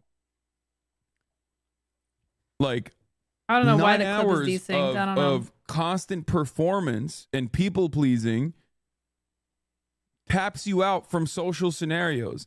After 9 hours of that, I could probably do fucking physical labor. It would not bother me, but I can't fucking do more social shit. That's my point. Like, there are obviously real jobs out there that are good comparisons. Service sector, people-pleasing jobs would be very similar. Those are, like, I think, customer service type shit. But, like, if you're an accountant or if you're even, like, in sales, my interactions with clients was limited, way more limited than, like, constantly having to do this for 9 hours with, like, a back and forth interaction for 9 hours.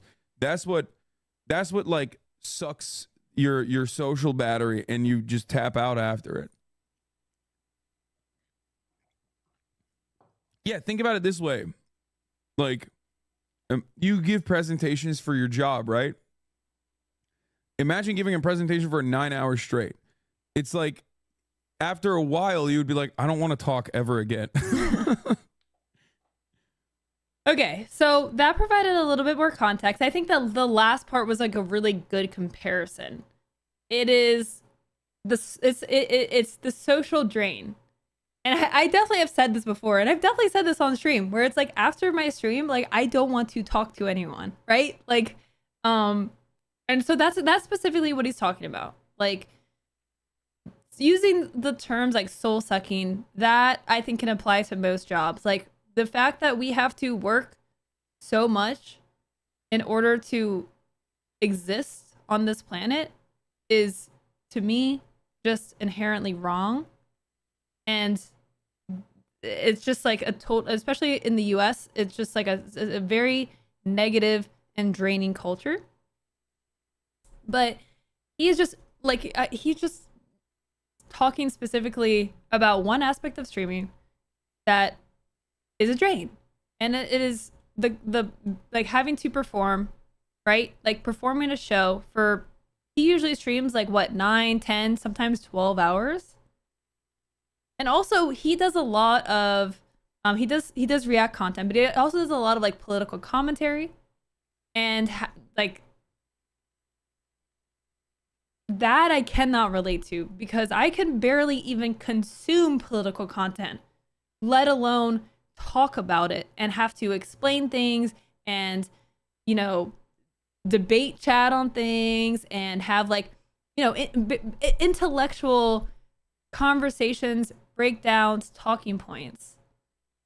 I mean, like, people say, oh, it must be so draining to play video games all day. Hasan doesn't play video games all day. Like, it's not only the fact that you're talking and, like, yeah, it's like putting on a presentation. It's putting on a show. You're putting on a show for 10 hours straight. But also, like, it's a very draining topic. Not only for you to have to, like, you know, use your brain at a high level the whole time, but also just the emotional drain that it takes on having to consume such negative content. Like, talking about the world these days, again, most of us can barely digest even acknowledging what's happening in the world these days. Everything happening everywhere. To me, this is like a moment of, he's not saying like he wants to quit, guys. Like, he's not saying like he's like done with streaming and hates his job. Like, he's not like he's saying he hates doing this. It was just one moment of having like, of talking about a negative aspect of what he does. And I just don't feel, I feel like that should not be taboo to do. Again, I guess, you know, he has to, you know, issue the disclaimer, like, okay, I love this. I'm privileged. I acknowledge that. Like, this is a great job, but here's one negative aspect. My streams these days are not playing video games. When I did stream video games, I could definitely stream longer without it being so draining. But nowadays, when I do my stream, I'm streaming like 3 hours, and I find it really hard for me personally to bounce back. Like, and to do other work, and to like, it takes me a bit to decompress after a stream. You're reading so many messages. You're having to, again, put on a talk show that's not scripted. I'm not just reading lines. I'm having to move on the fly and talk about, you know, serious things.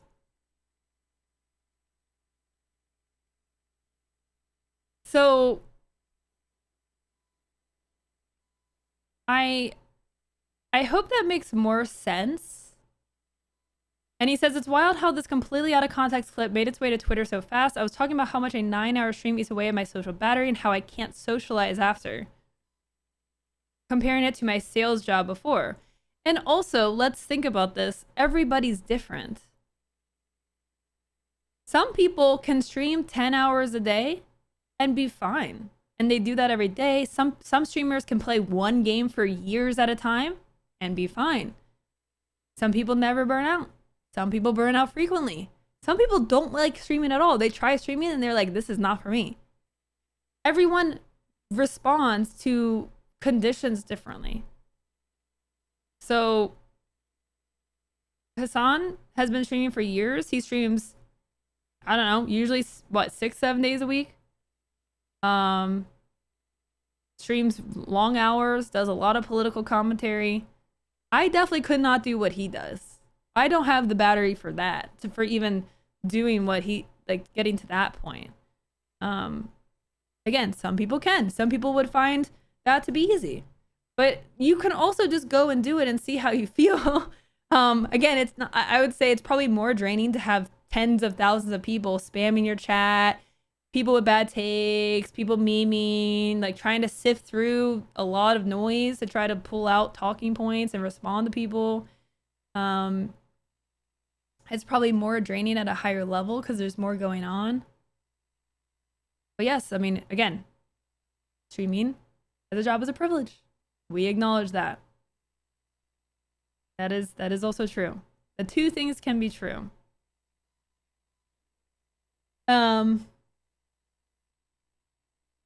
There was so there have been a couple of memes just based on this. And this is a good one. Bro had to go see what the fuss was all about. There's a picture of Hasan working at like a gas station or something. I don't know what this is from. I don't know if this was like a IRL stream or what, or is this photoshopped? I think it's photoshopped, maybe. I don't know. I don't know. But I think a streamer at this level comes across as petty when expressing his opinion like this, of course. And I've said like why, right? Because he is very rich and wealthy and set, and of course. But again, he is streaming 9 hours, and when you're just hanging out and you're streaming, you're talking, and you're just streaming is a live platform, so it's not scripted, it's not planned out, and sometimes you're just gonna take a second to like talk about your job, maybe talk about an aspect of the job that's not so great. Is it gonna come across well to most people? No.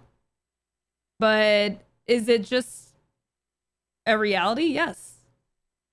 I don't think that makes him a bad person. It's just like, I don't know.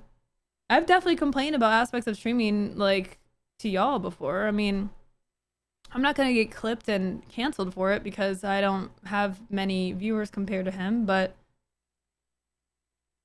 realistically, there are things about streaming that suck. There's things about streaming that are harder than other jobs. There are things about streaming that are easier than other jobs. Streaming is a job. At his level, he should have taken a moment and asked how this is going to come across.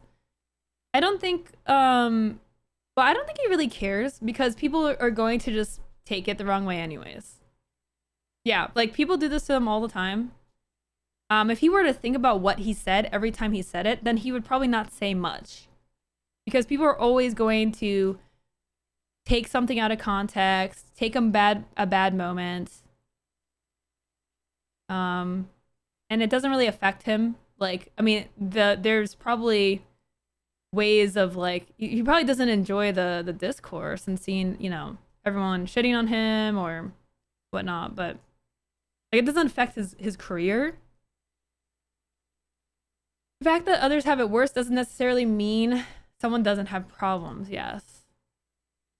Yeah.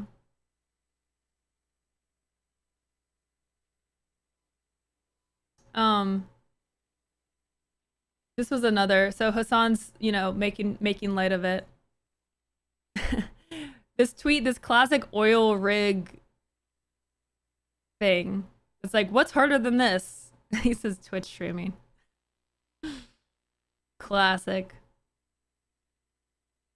Making fun of the whole situation, because again, like, who cares? Like, most people that are commenting about it are people who either hate him and want to jump on it, or they don't know what it's like, or they want to just complain about one specific part. I mean, it's Twitter. It's Twitter. Like, you can't take Twitter too seriously.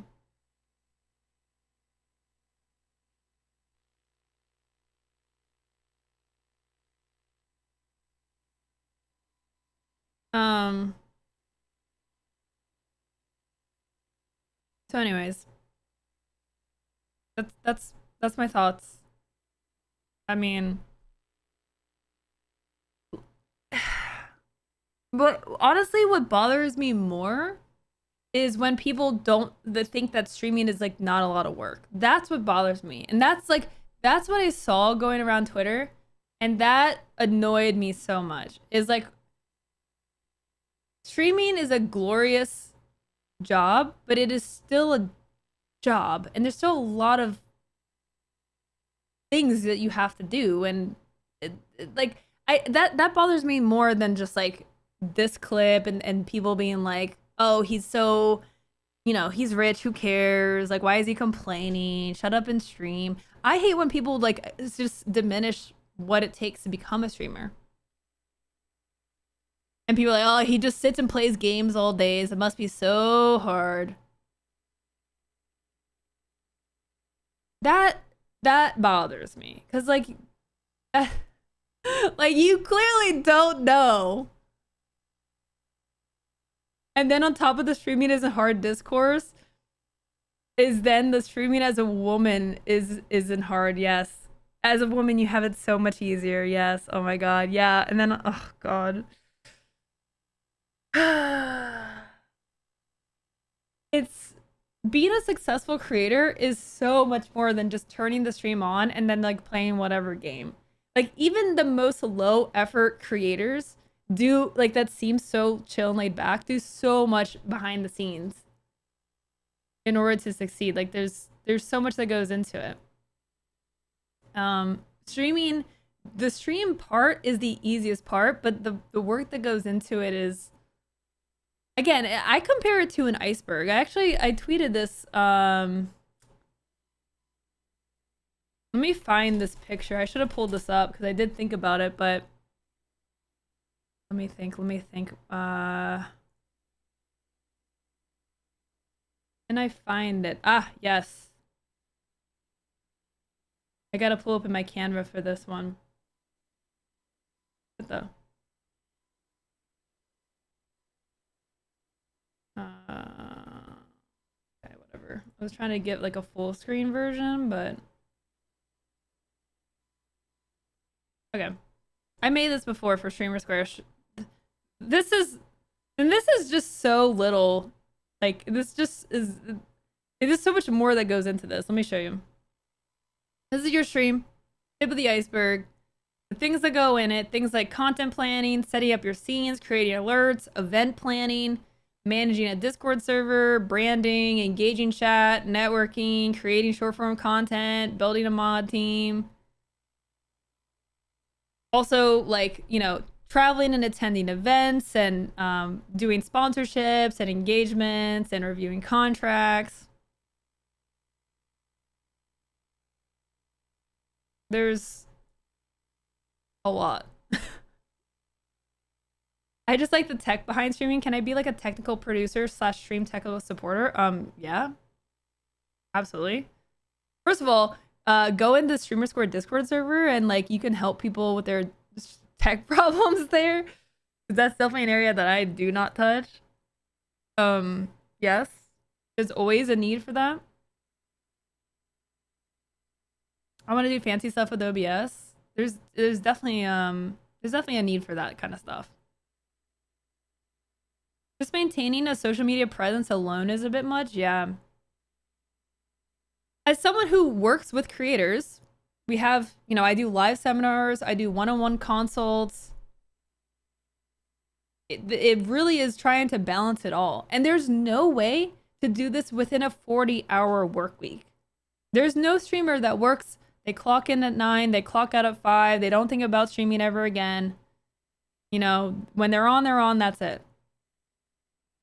I don't think there's any full-time creator that works normal work hours. Unless you're very popular and you're hiring people to do the things. But again, the total amount of time that it's taking that one creator to be successful is more than 40 hours a week. It's double, triple, quadruple, that even more. Like when you're hiring an editor, a manager, your producer, you have your graphic designer.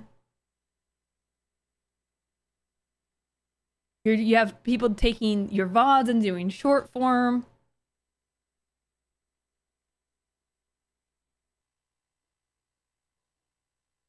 Twitch streamers sank the Titanic. Yep, that's us. That's our fault right there.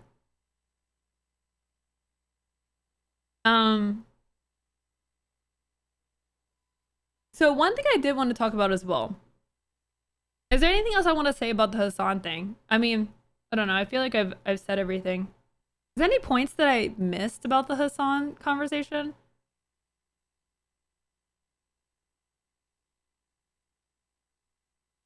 I have a different take than most people because I am a streamer. So I get like, you know, out of your 9-hour stream, you one time complain about one aspect of the stream and then everyone hates you for it. Like, it's easier to just say, oh, why talk about it? Why talk about it? It's just like, he's just a guy just talking about his stream and he just like, he literally lives on his stream. So inevitably that's going to come up. Are they saying streamer or content creators? I mean, both. I mean, streamers are content creators. Streaming is just one like medium. Can I ask where the Titanic is in that picture? It's at the bottom. You can't see it. It's at the bottom. At least he didn't say he doesn't recognize Ryan Higa. Yeah. Who would do that? How dare? I think you covered it well. I hope so.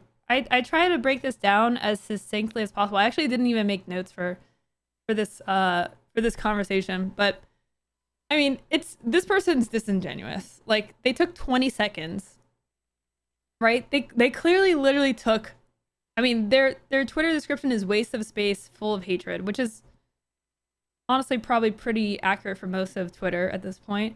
Took 20 seconds, and then he literally spent 2 minutes explaining what he meant. He wasn't talking about like this, like soul sucking.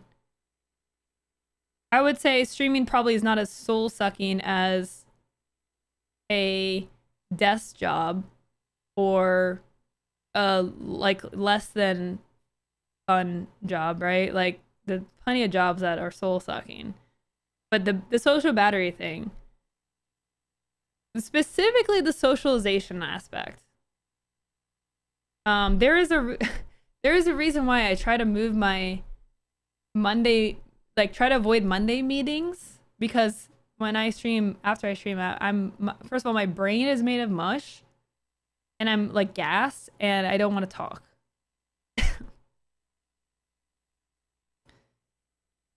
Self-employed people work 50 plus hours per week. Yeah. There's also, I mean, again, I acknowledge streaming is a privileged job. But there are also some other cons of streaming are that you don't have any guaranteed salary, you don't have any health care, like you're paying taxes out the ass. There's also risks to you as a public figure. There are, especially women face a lot of stalkers, serial harassers, death threats, rape threats. Those are not fun to deal with. The need for constant relevancy, which is why you see people latch on to one thing that's happening on Twitter. That's why you see so many takes about this one topic, is the need to be relevant and talk about relevant things. If you're not tweeting, if you're not creating content, you're losing relevancy. And that's your job, is to maintain relevancy. If you don't, you're losing viewers, you're, falling off. I'm not sure how much this aggravated the discourse, but I've seen multiple people mentioning his affluent upbringing and how it's made his overall journey significantly easier than many others. I mean, that's very valid. And, he says he recognizes how fortunate he is. I don't think he's like saying streaming is like the worst thing ever, that he hates it or that he doesn't want to do it. Obviously he has enough money. He doesn't have to keep streaming. He doesn't have to stream nearly as much time as he does. How much time does he usually stream? He streams like all the time. The guy is set for life. Like, we all know that, right? Like, he's already set. So he's not streaming because he needs to. He's streaming anywhere from, looks like about 11 hours to 6 hours. 8-hour streams, 7-hour streams, 9 hours. He's definitely not streaming because he needs money. I mean, he's doing it because he loves it. Like, that has to be worth something, right? Like, he's clearly loves what he does. But yeah, if he has like a social obligation after he's done his 7-hour stream, it's challenging to bounce back and be able to do that. I mean, that's just like a fact. It doesn't matter how much money you make doing your job. If it drains you, it drains you. And I feel like, especially post 2020, I think a lot of people's social batteries have gone down because we spent years in isolation. I know my social battery has decreased overall. It's much harder for me to find the motivation to go out to a party or to stay out late, or to, even during conventions, try to go and do everything possible at a convention.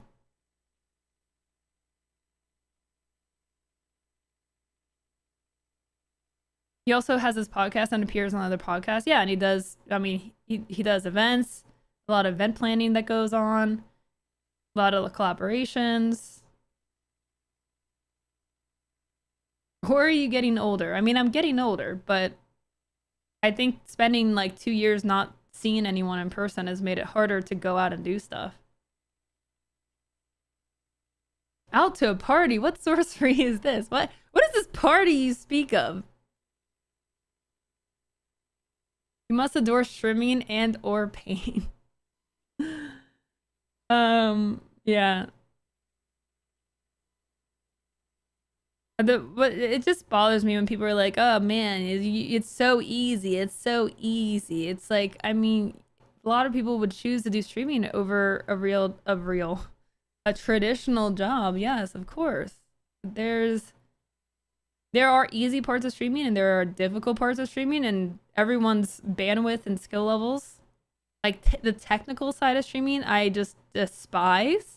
And when things break, I am sad and mad, and I'm not having a good time. Some people love the technical stuff. Like, you do you. Some people can stream for 12 hours. Some people can stream for 2.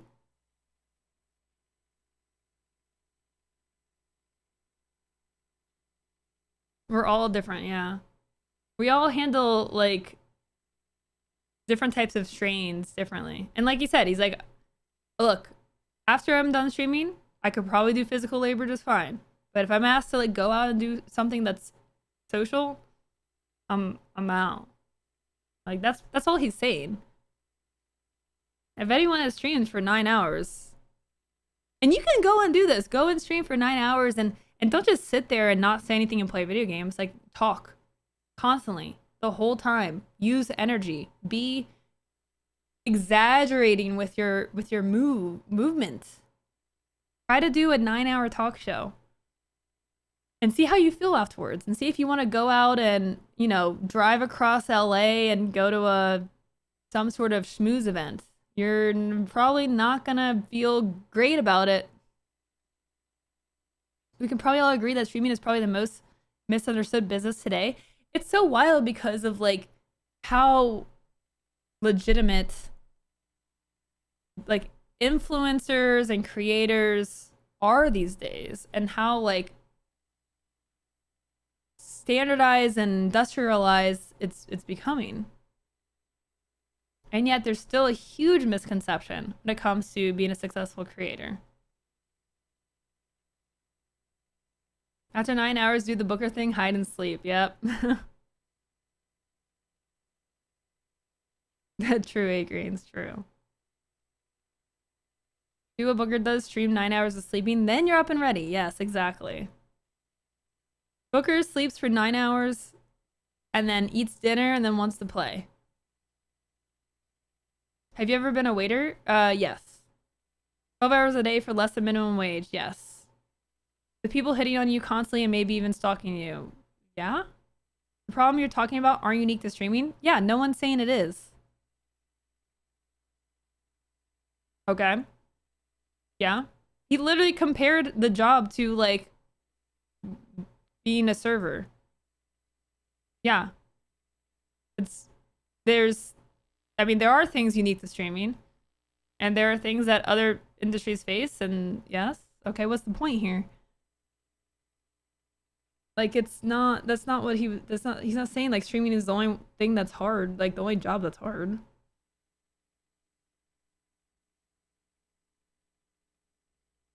I saw some comments where people just assumed he never worked a real job before. Yeah. Streaming is still pretty new by all standards of time the profession has existed versus many other creative professions. Yeah. Like, Hasan is not, like, doing another job and streaming at the same time. Like, this is just his experience because this is what he does full time. Like, he's not, like, I hate this argument of, like, it's like, the sky is blue. Okay, well, what about the grass? Okay, the grass is green. Okay, like, why didn't you talk about that? Huh? Like, why, what are you trying to say? Huh? What are you trying to say about the sky is blue? Huh? What do you mean? It's like, what is I don't understand what the counter argument is here. Like, like, he's not taken away from other jobs being hard. Like, he's just talking about the job that he's currently in. Oh, of course this guy is sponsored by Meta PCs. The guy that is like, this guy makes shit up for 9 hours a day. And his commute to work is walking into his 5th bedroom. But somehow a real job is hard. Of course. Every time.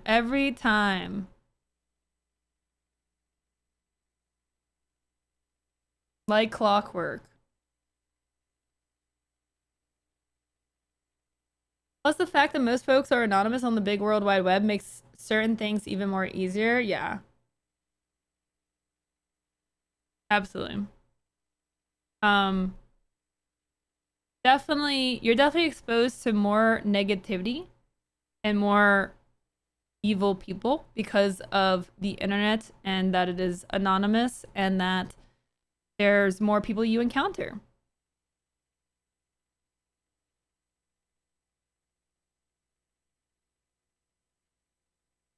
Adrian, just go look at who they sponsor, okay? Every time you see someone sponsored by them, and look at what they say and talk about. Never good. Not good people. I'm pretty sure they sponsor Melanie Mac. And she was definitely Twitter's main character for a day, even though I don't know why she keeps getting relevant. Yeah, so there you go. That should be all you need to know. So one thing I wanted to do because I saw a lot of questions about this. So with this whole discourse that's been going around about, you know, is streaming a real job, and is streaming hard, or is a real job hard, or what is more difficult, whatever. I have seen a lot of questions about transferring skills from streaming to other careers. And this is an absolute path, a thing that you can do, whether you become a full-time successful creator or just do streaming enough that you learn skills. Streaming can have value in other jobs as well. I've seen creators who have transitioned to jobs in the gaming industry, in the charity space, in esports, that started out as streaming. They did streaming full time, or they did it like very seriously for a while, and then now they do other work.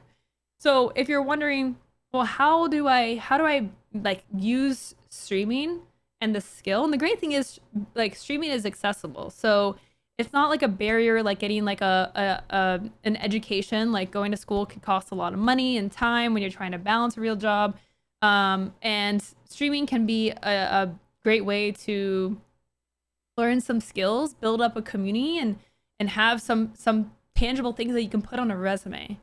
So I'd love to hear from y'all what ideas and skills that you think streaming has that can translate to other jobs. I have already put together some ideas that I'm going to share with you right now. Let me pull open my beautiful Canva work of art. No. Social battery wise, unless you're in I don't retail, know where that clip is. Unless you're in fucking retail. Okay, there it is. That was the last discussion, okay? No. No. Okay, so here's what I started working on. Okay. Present full screen. I don't know. Do I want to present full screen? Just zoom in here. So I started working on this list this morning. So there might be some things to add here. These are skills that you can get through streaming and use this to apply for other jobs. I've categorized this into hard skills and soft and interpersonal skills, which are both valuable. Let me make this a little bit bigger. Enhance, whatever. I'll touch it up later. So for hard skills, we have community management, right? Like you are literally managing a community. And this goes into using Discord, building up a Discord. And there's a lot of soft skill overlap here in terms of like interpersonal relationships and communication, being able to resolve disputes when you're building up your mod team, right? So leadership is a great soft skill that you get, right? You're a community leader, you're building a mod team. Production, you're working OBS, so there's technical skills. Video editing, graphic design, right? So if you edit your own videos for YouTube or you make your own emotes, right? Like you gain skills through doing that. I don't know if like maybe using Canva is you know, you're not going to be able to, you know, it's not as good as like be a professional graphic designer, but there are still some skills that can transfer and have use, right? Hosting, shoutcasting. So to get into getting these hard skills, you might think, oh, well, I need to like go and like actually get a gig. And that's hard because I don't know anyone. I don't know how to get a gig. What I always suggest is you can make that happen on your own stream. build a talk show, do a community tournament. Honestly, pull open some tournament that's happening and just start shoutcasting over top of that. Like, these are skills that you can do within your own grasp. You don't have to go and get professional work. And in fact, doing that can give you the opportunity to get a hosting gig or a shoutcasting gig by building your own reel through your own work. Social media, being familiar with algorithms, with the different platform nuances. How does Twitch work? How does Twitter work? And YouTube and TikTok, right? Like, understanding these social media platforms is hugely valuable in multiple different jobs, right? You have your social media marketing, you have influencer marketing, you have being a strategist, content strategist, trying to provide like consulting and expertise in that regard, right? Discord and OBS, having familiarity with using those tools can translate over. Event planning is a big one. If you've planned subathons, you've planned charity streams, that ties into fundraising underneath. If you've done fundraising for a charity, that's also really valuable. Marketing, industry knowledge, again, understanding the space is really, really valuable, because there are brands that want to get into how to work with streamers, or how to, sponsor a streamer, or how to even navigate the space. They want to start up a Twitch stream. They want to start making a YouTube channel. If you have that knowledge, that is very useful. Influencer marketing is huge, and it is a only growing industry. So if you have knowledge of the space, that can be used for a variety of positions.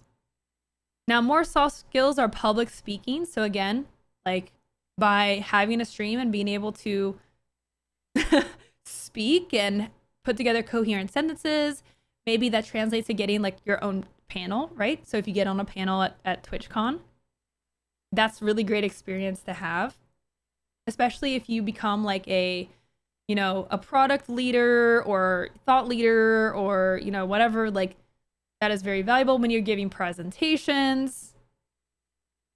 That's really good to have. Communication skills, problem solving. Okay, I think we can all put our hands up for if anyone has ever had a tech issue with their stream, right? Like, something broke and you have to fix it, okay? I think every streamer has very good problem solving skills, because you have to, like, figuring out how to stream and how to do cool interactive things and how to fix something that broke. That happens all the time. All the time. I think we can all relate to that one. Work ethic. Again, we talked about how streaming is something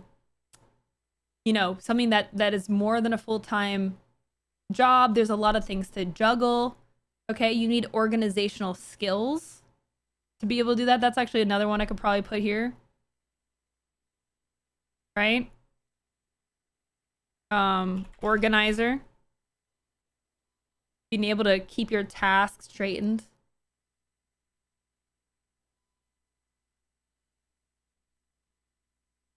I see that all the time with various loco tech issues. Yeah. Streamers could also be their own audio engineer. Yeah. Yeah, I think every streamer has had tech issues. Being a fast learner, being able to fix things on the fly. How many times did something break while you were streaming and you had to fix it? Or tweak something while you were live? Being able to, like, to just be able to solve something quickly while something is happening. That's great. Delegation, so having mods, having a manager, having an editor, working with them, being a team player, again, solving disputes. Also within your community, when something comes up, when you make a distinction whether you're banning someone or you're explaining to someone, why something is wrong.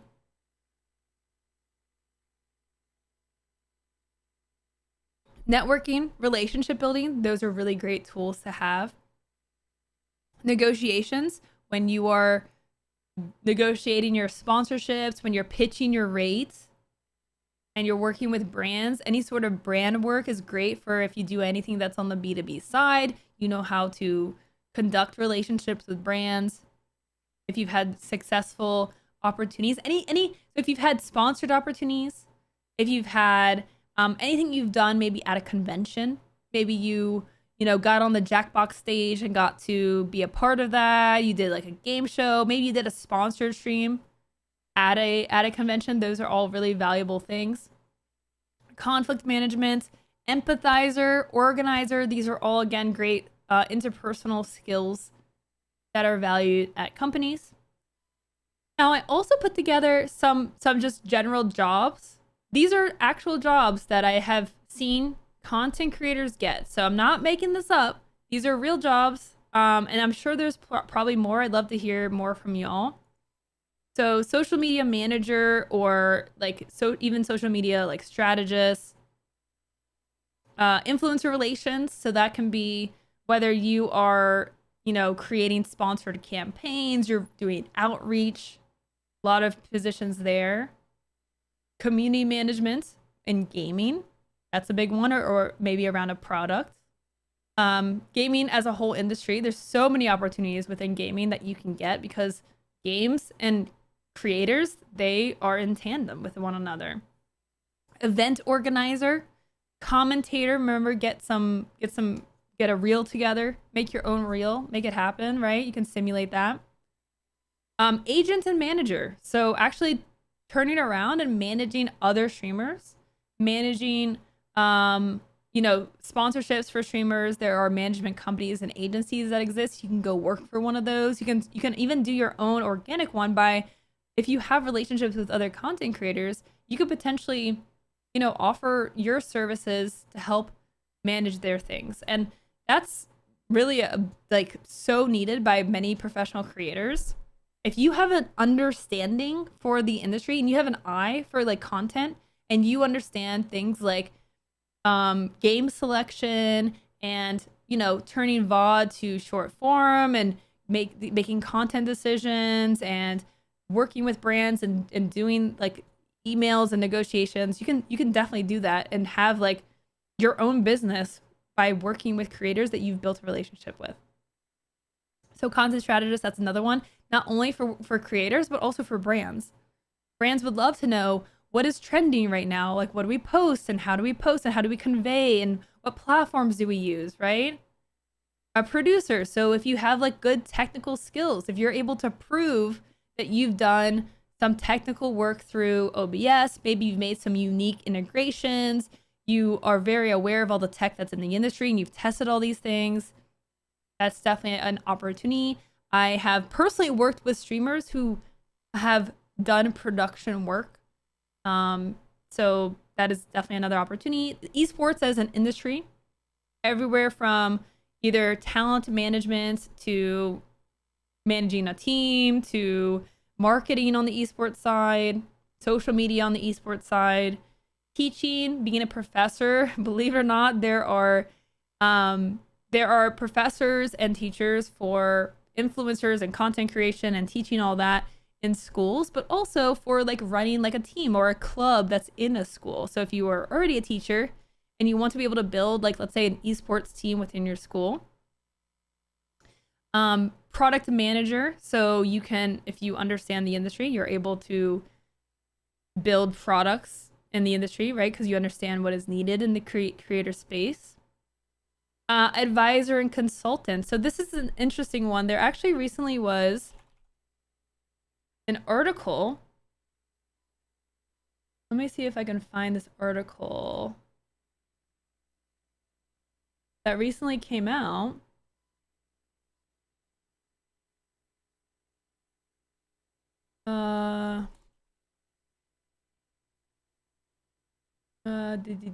Okay, here we go.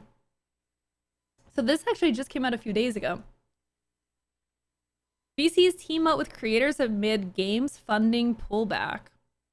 So this article was about funds like A16 Games and creators who are utilizing their expertise to help game companies help make investment decisions. So you might recognize this guy, Carnage, who joined A16Z as a creator scout. I believe Sacriel is part of that as well.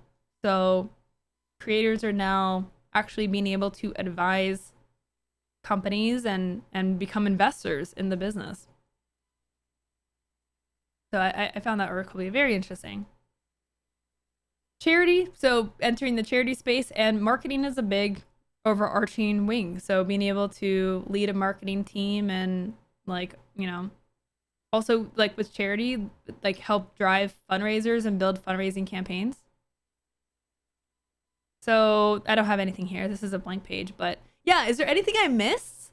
I hope that this is helpful for anyone who is looking for a real job, looking for a traditional job, maybe looking to use their streaming skills to be able to land something that's more consistent. Because, you know, again, streaming is a great job to have, but one of the downsides is the income can be very unstable and fluctuating from month to month. Some people are looking for something that offers more stability. And so being able to leverage what you've done in the years that you've streamed and all of the things that you've done, the amount of money you've raised, the stream team that you built, you know, the record subathon you had, the cool tech things that you've made on your stream, or the overlays you designed, the social media clip that went viral for you. These are all just different ways that you can take your skills that you've done through streaming and get something either in the industry or in an adjacent industry. Pretty much every industry is looking to do social media and influencer marketing. So if you get an eye for understanding what to post and how to make content, you can literally, I forgot to put this on the thing, being a content creator as a job for a brand. That is a real job that I've seen on LinkedIn as an offering. There are companies that will hire you to make content. So if you're looking to get into the space, do some content on your own, create some quality content. Doesn't matter how many viewers you get. Like, the results don't really matter if you have the basic skills, because a company will give you the funding and the channel to be able to post those things. And so you just have to understand how to make content. If you can do that, then you can literally become a professional content creator and also have a salary, which could be the best of both worlds for many people. So if that sounds like something you want to do, highly recommend looking at LinkedIn. There are job postings all the time for content creator, TikToker, like people who just have the understanding, know how to make quality content, and you do that for a company. So I'm gonna put that on the list here. But yeah, if there's anything else, definitely leave a comment below. Let me know what else I should add to this list. But hopefully that helps you land your next job. And hey, if it does, definitely let me know. I would love to know if this video ends up helping someone. So thanks for watching. Okay. Throwing that on the YouTube. So yeah, let me add a content creator, and then I'm gonna look at Vio's tweet. Hopefully it's not cursed.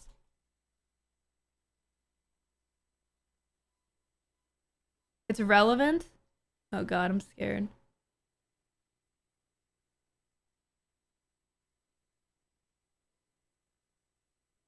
Hasan, we already looked at this Vio. Vio, you're late to the meme. We looked at this. Hasan posted the same thing. Frick! Sorry, Vio. I'm sorry. It is a good one. It is a good one. But yes, we did. We looked at Hasan's tweet of the. I just woke up. Look, same brain. You have the same brain as Hasan.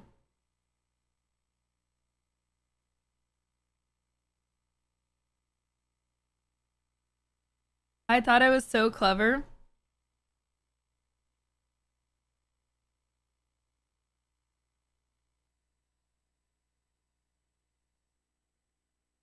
There we go.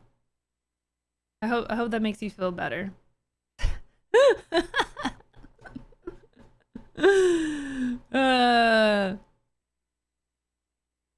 It's true, he's a freaking gremlin. I mean, yeah, if you're gonna stream that many hours, like all day, every day, this yelling about politics. I don't know. It takes a special kind of person to be able to achieve that. I can't. I cannot. I could not. Okay, so did anyone have any? Did I miss anything? Has anyone thought of anything else to add? I was doing my little like spiel for YouTube, so I might have missed some comments. Also, we had Canadian Thor with 169 bits. Thank you so much, Thor. Very nice. And Tryon with the 93 monthers. 93 tier 2. Thank you very much. Circ85, as if this isn't all pre-recorded. Thank you for the 300 kappas. Mefty with the 23 months. Thank you very much, y'all. Echo Bite with 11 months. Thank you. I know that was like 3 hours ago. I'm sorry. I live for emo Hassan. Oh my gosh, that was amazing. We have folks at work that make content like me, docs training videos, host live streams. Yes. Yes. Looks like some of the things would also overlap with adding modding community management to your resume. Yes, chef. If any of these things speak out to you, absolutely.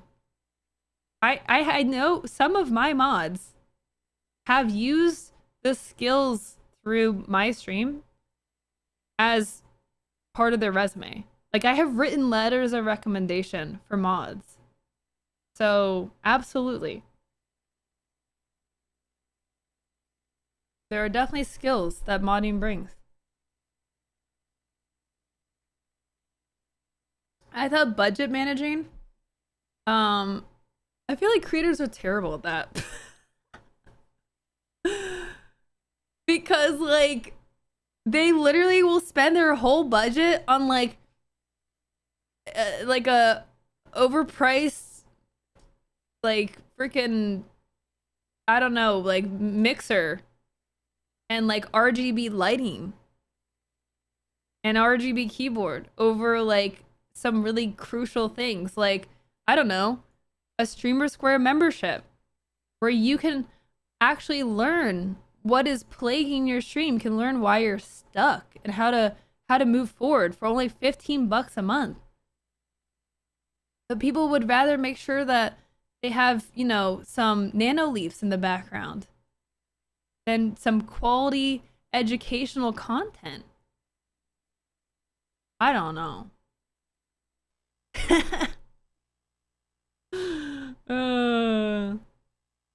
I had typed better leave that to the finance nerds, but decided against hitting send. And yet. Project management, yeah. Would recommend. Project management's a good one.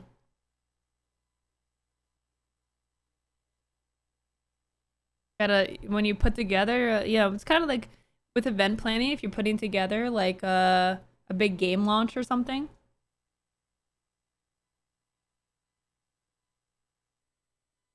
My teleprompter stopped working.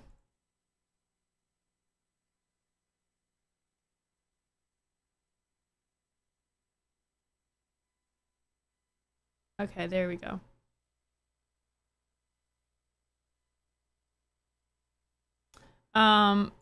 Project management here. I'll put that next to event planning. Cool. I'll probably tweet these out too, so if you want my list of ideas, I'll tweet it out. I just need to like format it a little bit better. So yeah, hopefully that's helpful to some folks. I think that's everything I have for the day, y'all.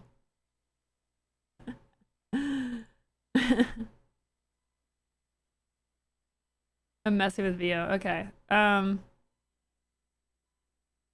Yeah. Yeah, A Green, get some sleep. Yeah, I think that's all I have for today. Let me say bye to YouTube. YouTube, it's been real. Thanks for watching over there. I'm gonna put some videos of today's stream out on YouTube. So if you haven't been over to my YouTube, by the way, make sure you go sub to it, because I put out a video about the sub prices increasing. I'm gonna put out today's about the React The Hasan React video is going to go out hopefully tonight.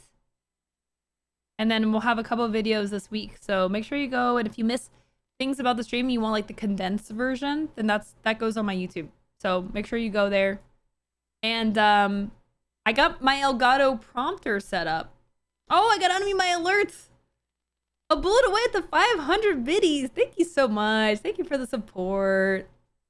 Thanks for streaming, Loco. No worries, Casey. Thanks for being here. Thanks, Deb. So I have my teleprompter set up so I can do more like talking head pieces now. So put out more like little content, like just conversations. See if that's interesting to folks. Thanks, Dread. Thanks so much for being here, y'all. If you're new here, make sure you hit the follow button. I do streaming news and education here on my channel. And again, I do post content on YouTube as well. So you can catch clips and highlights over there about the biggest, most important things. That's all that I have for my spiel. Go check out my website, streamersquare.com. Because again, we have courses, we do one-on-one consulting, we do live seminars. So if you're feeling stuck and you need some help, go to my website. Okay, we literally have office hours like 3 to 4 times a month. You come and ask any questions you have. And make it to the stream. You missed it. I can't stop seeing the spinning thing in the background. Look at it. Look at it. It's actually from Tiny Tina's Wonderlands. It was like a, you know, part of their little influencer gift boxes. It means I have an unread message in the box, but I don't want to read it because it's spinning and I want to see how long it lasts. And it's been like 2 years. All right. Let's go do a raid.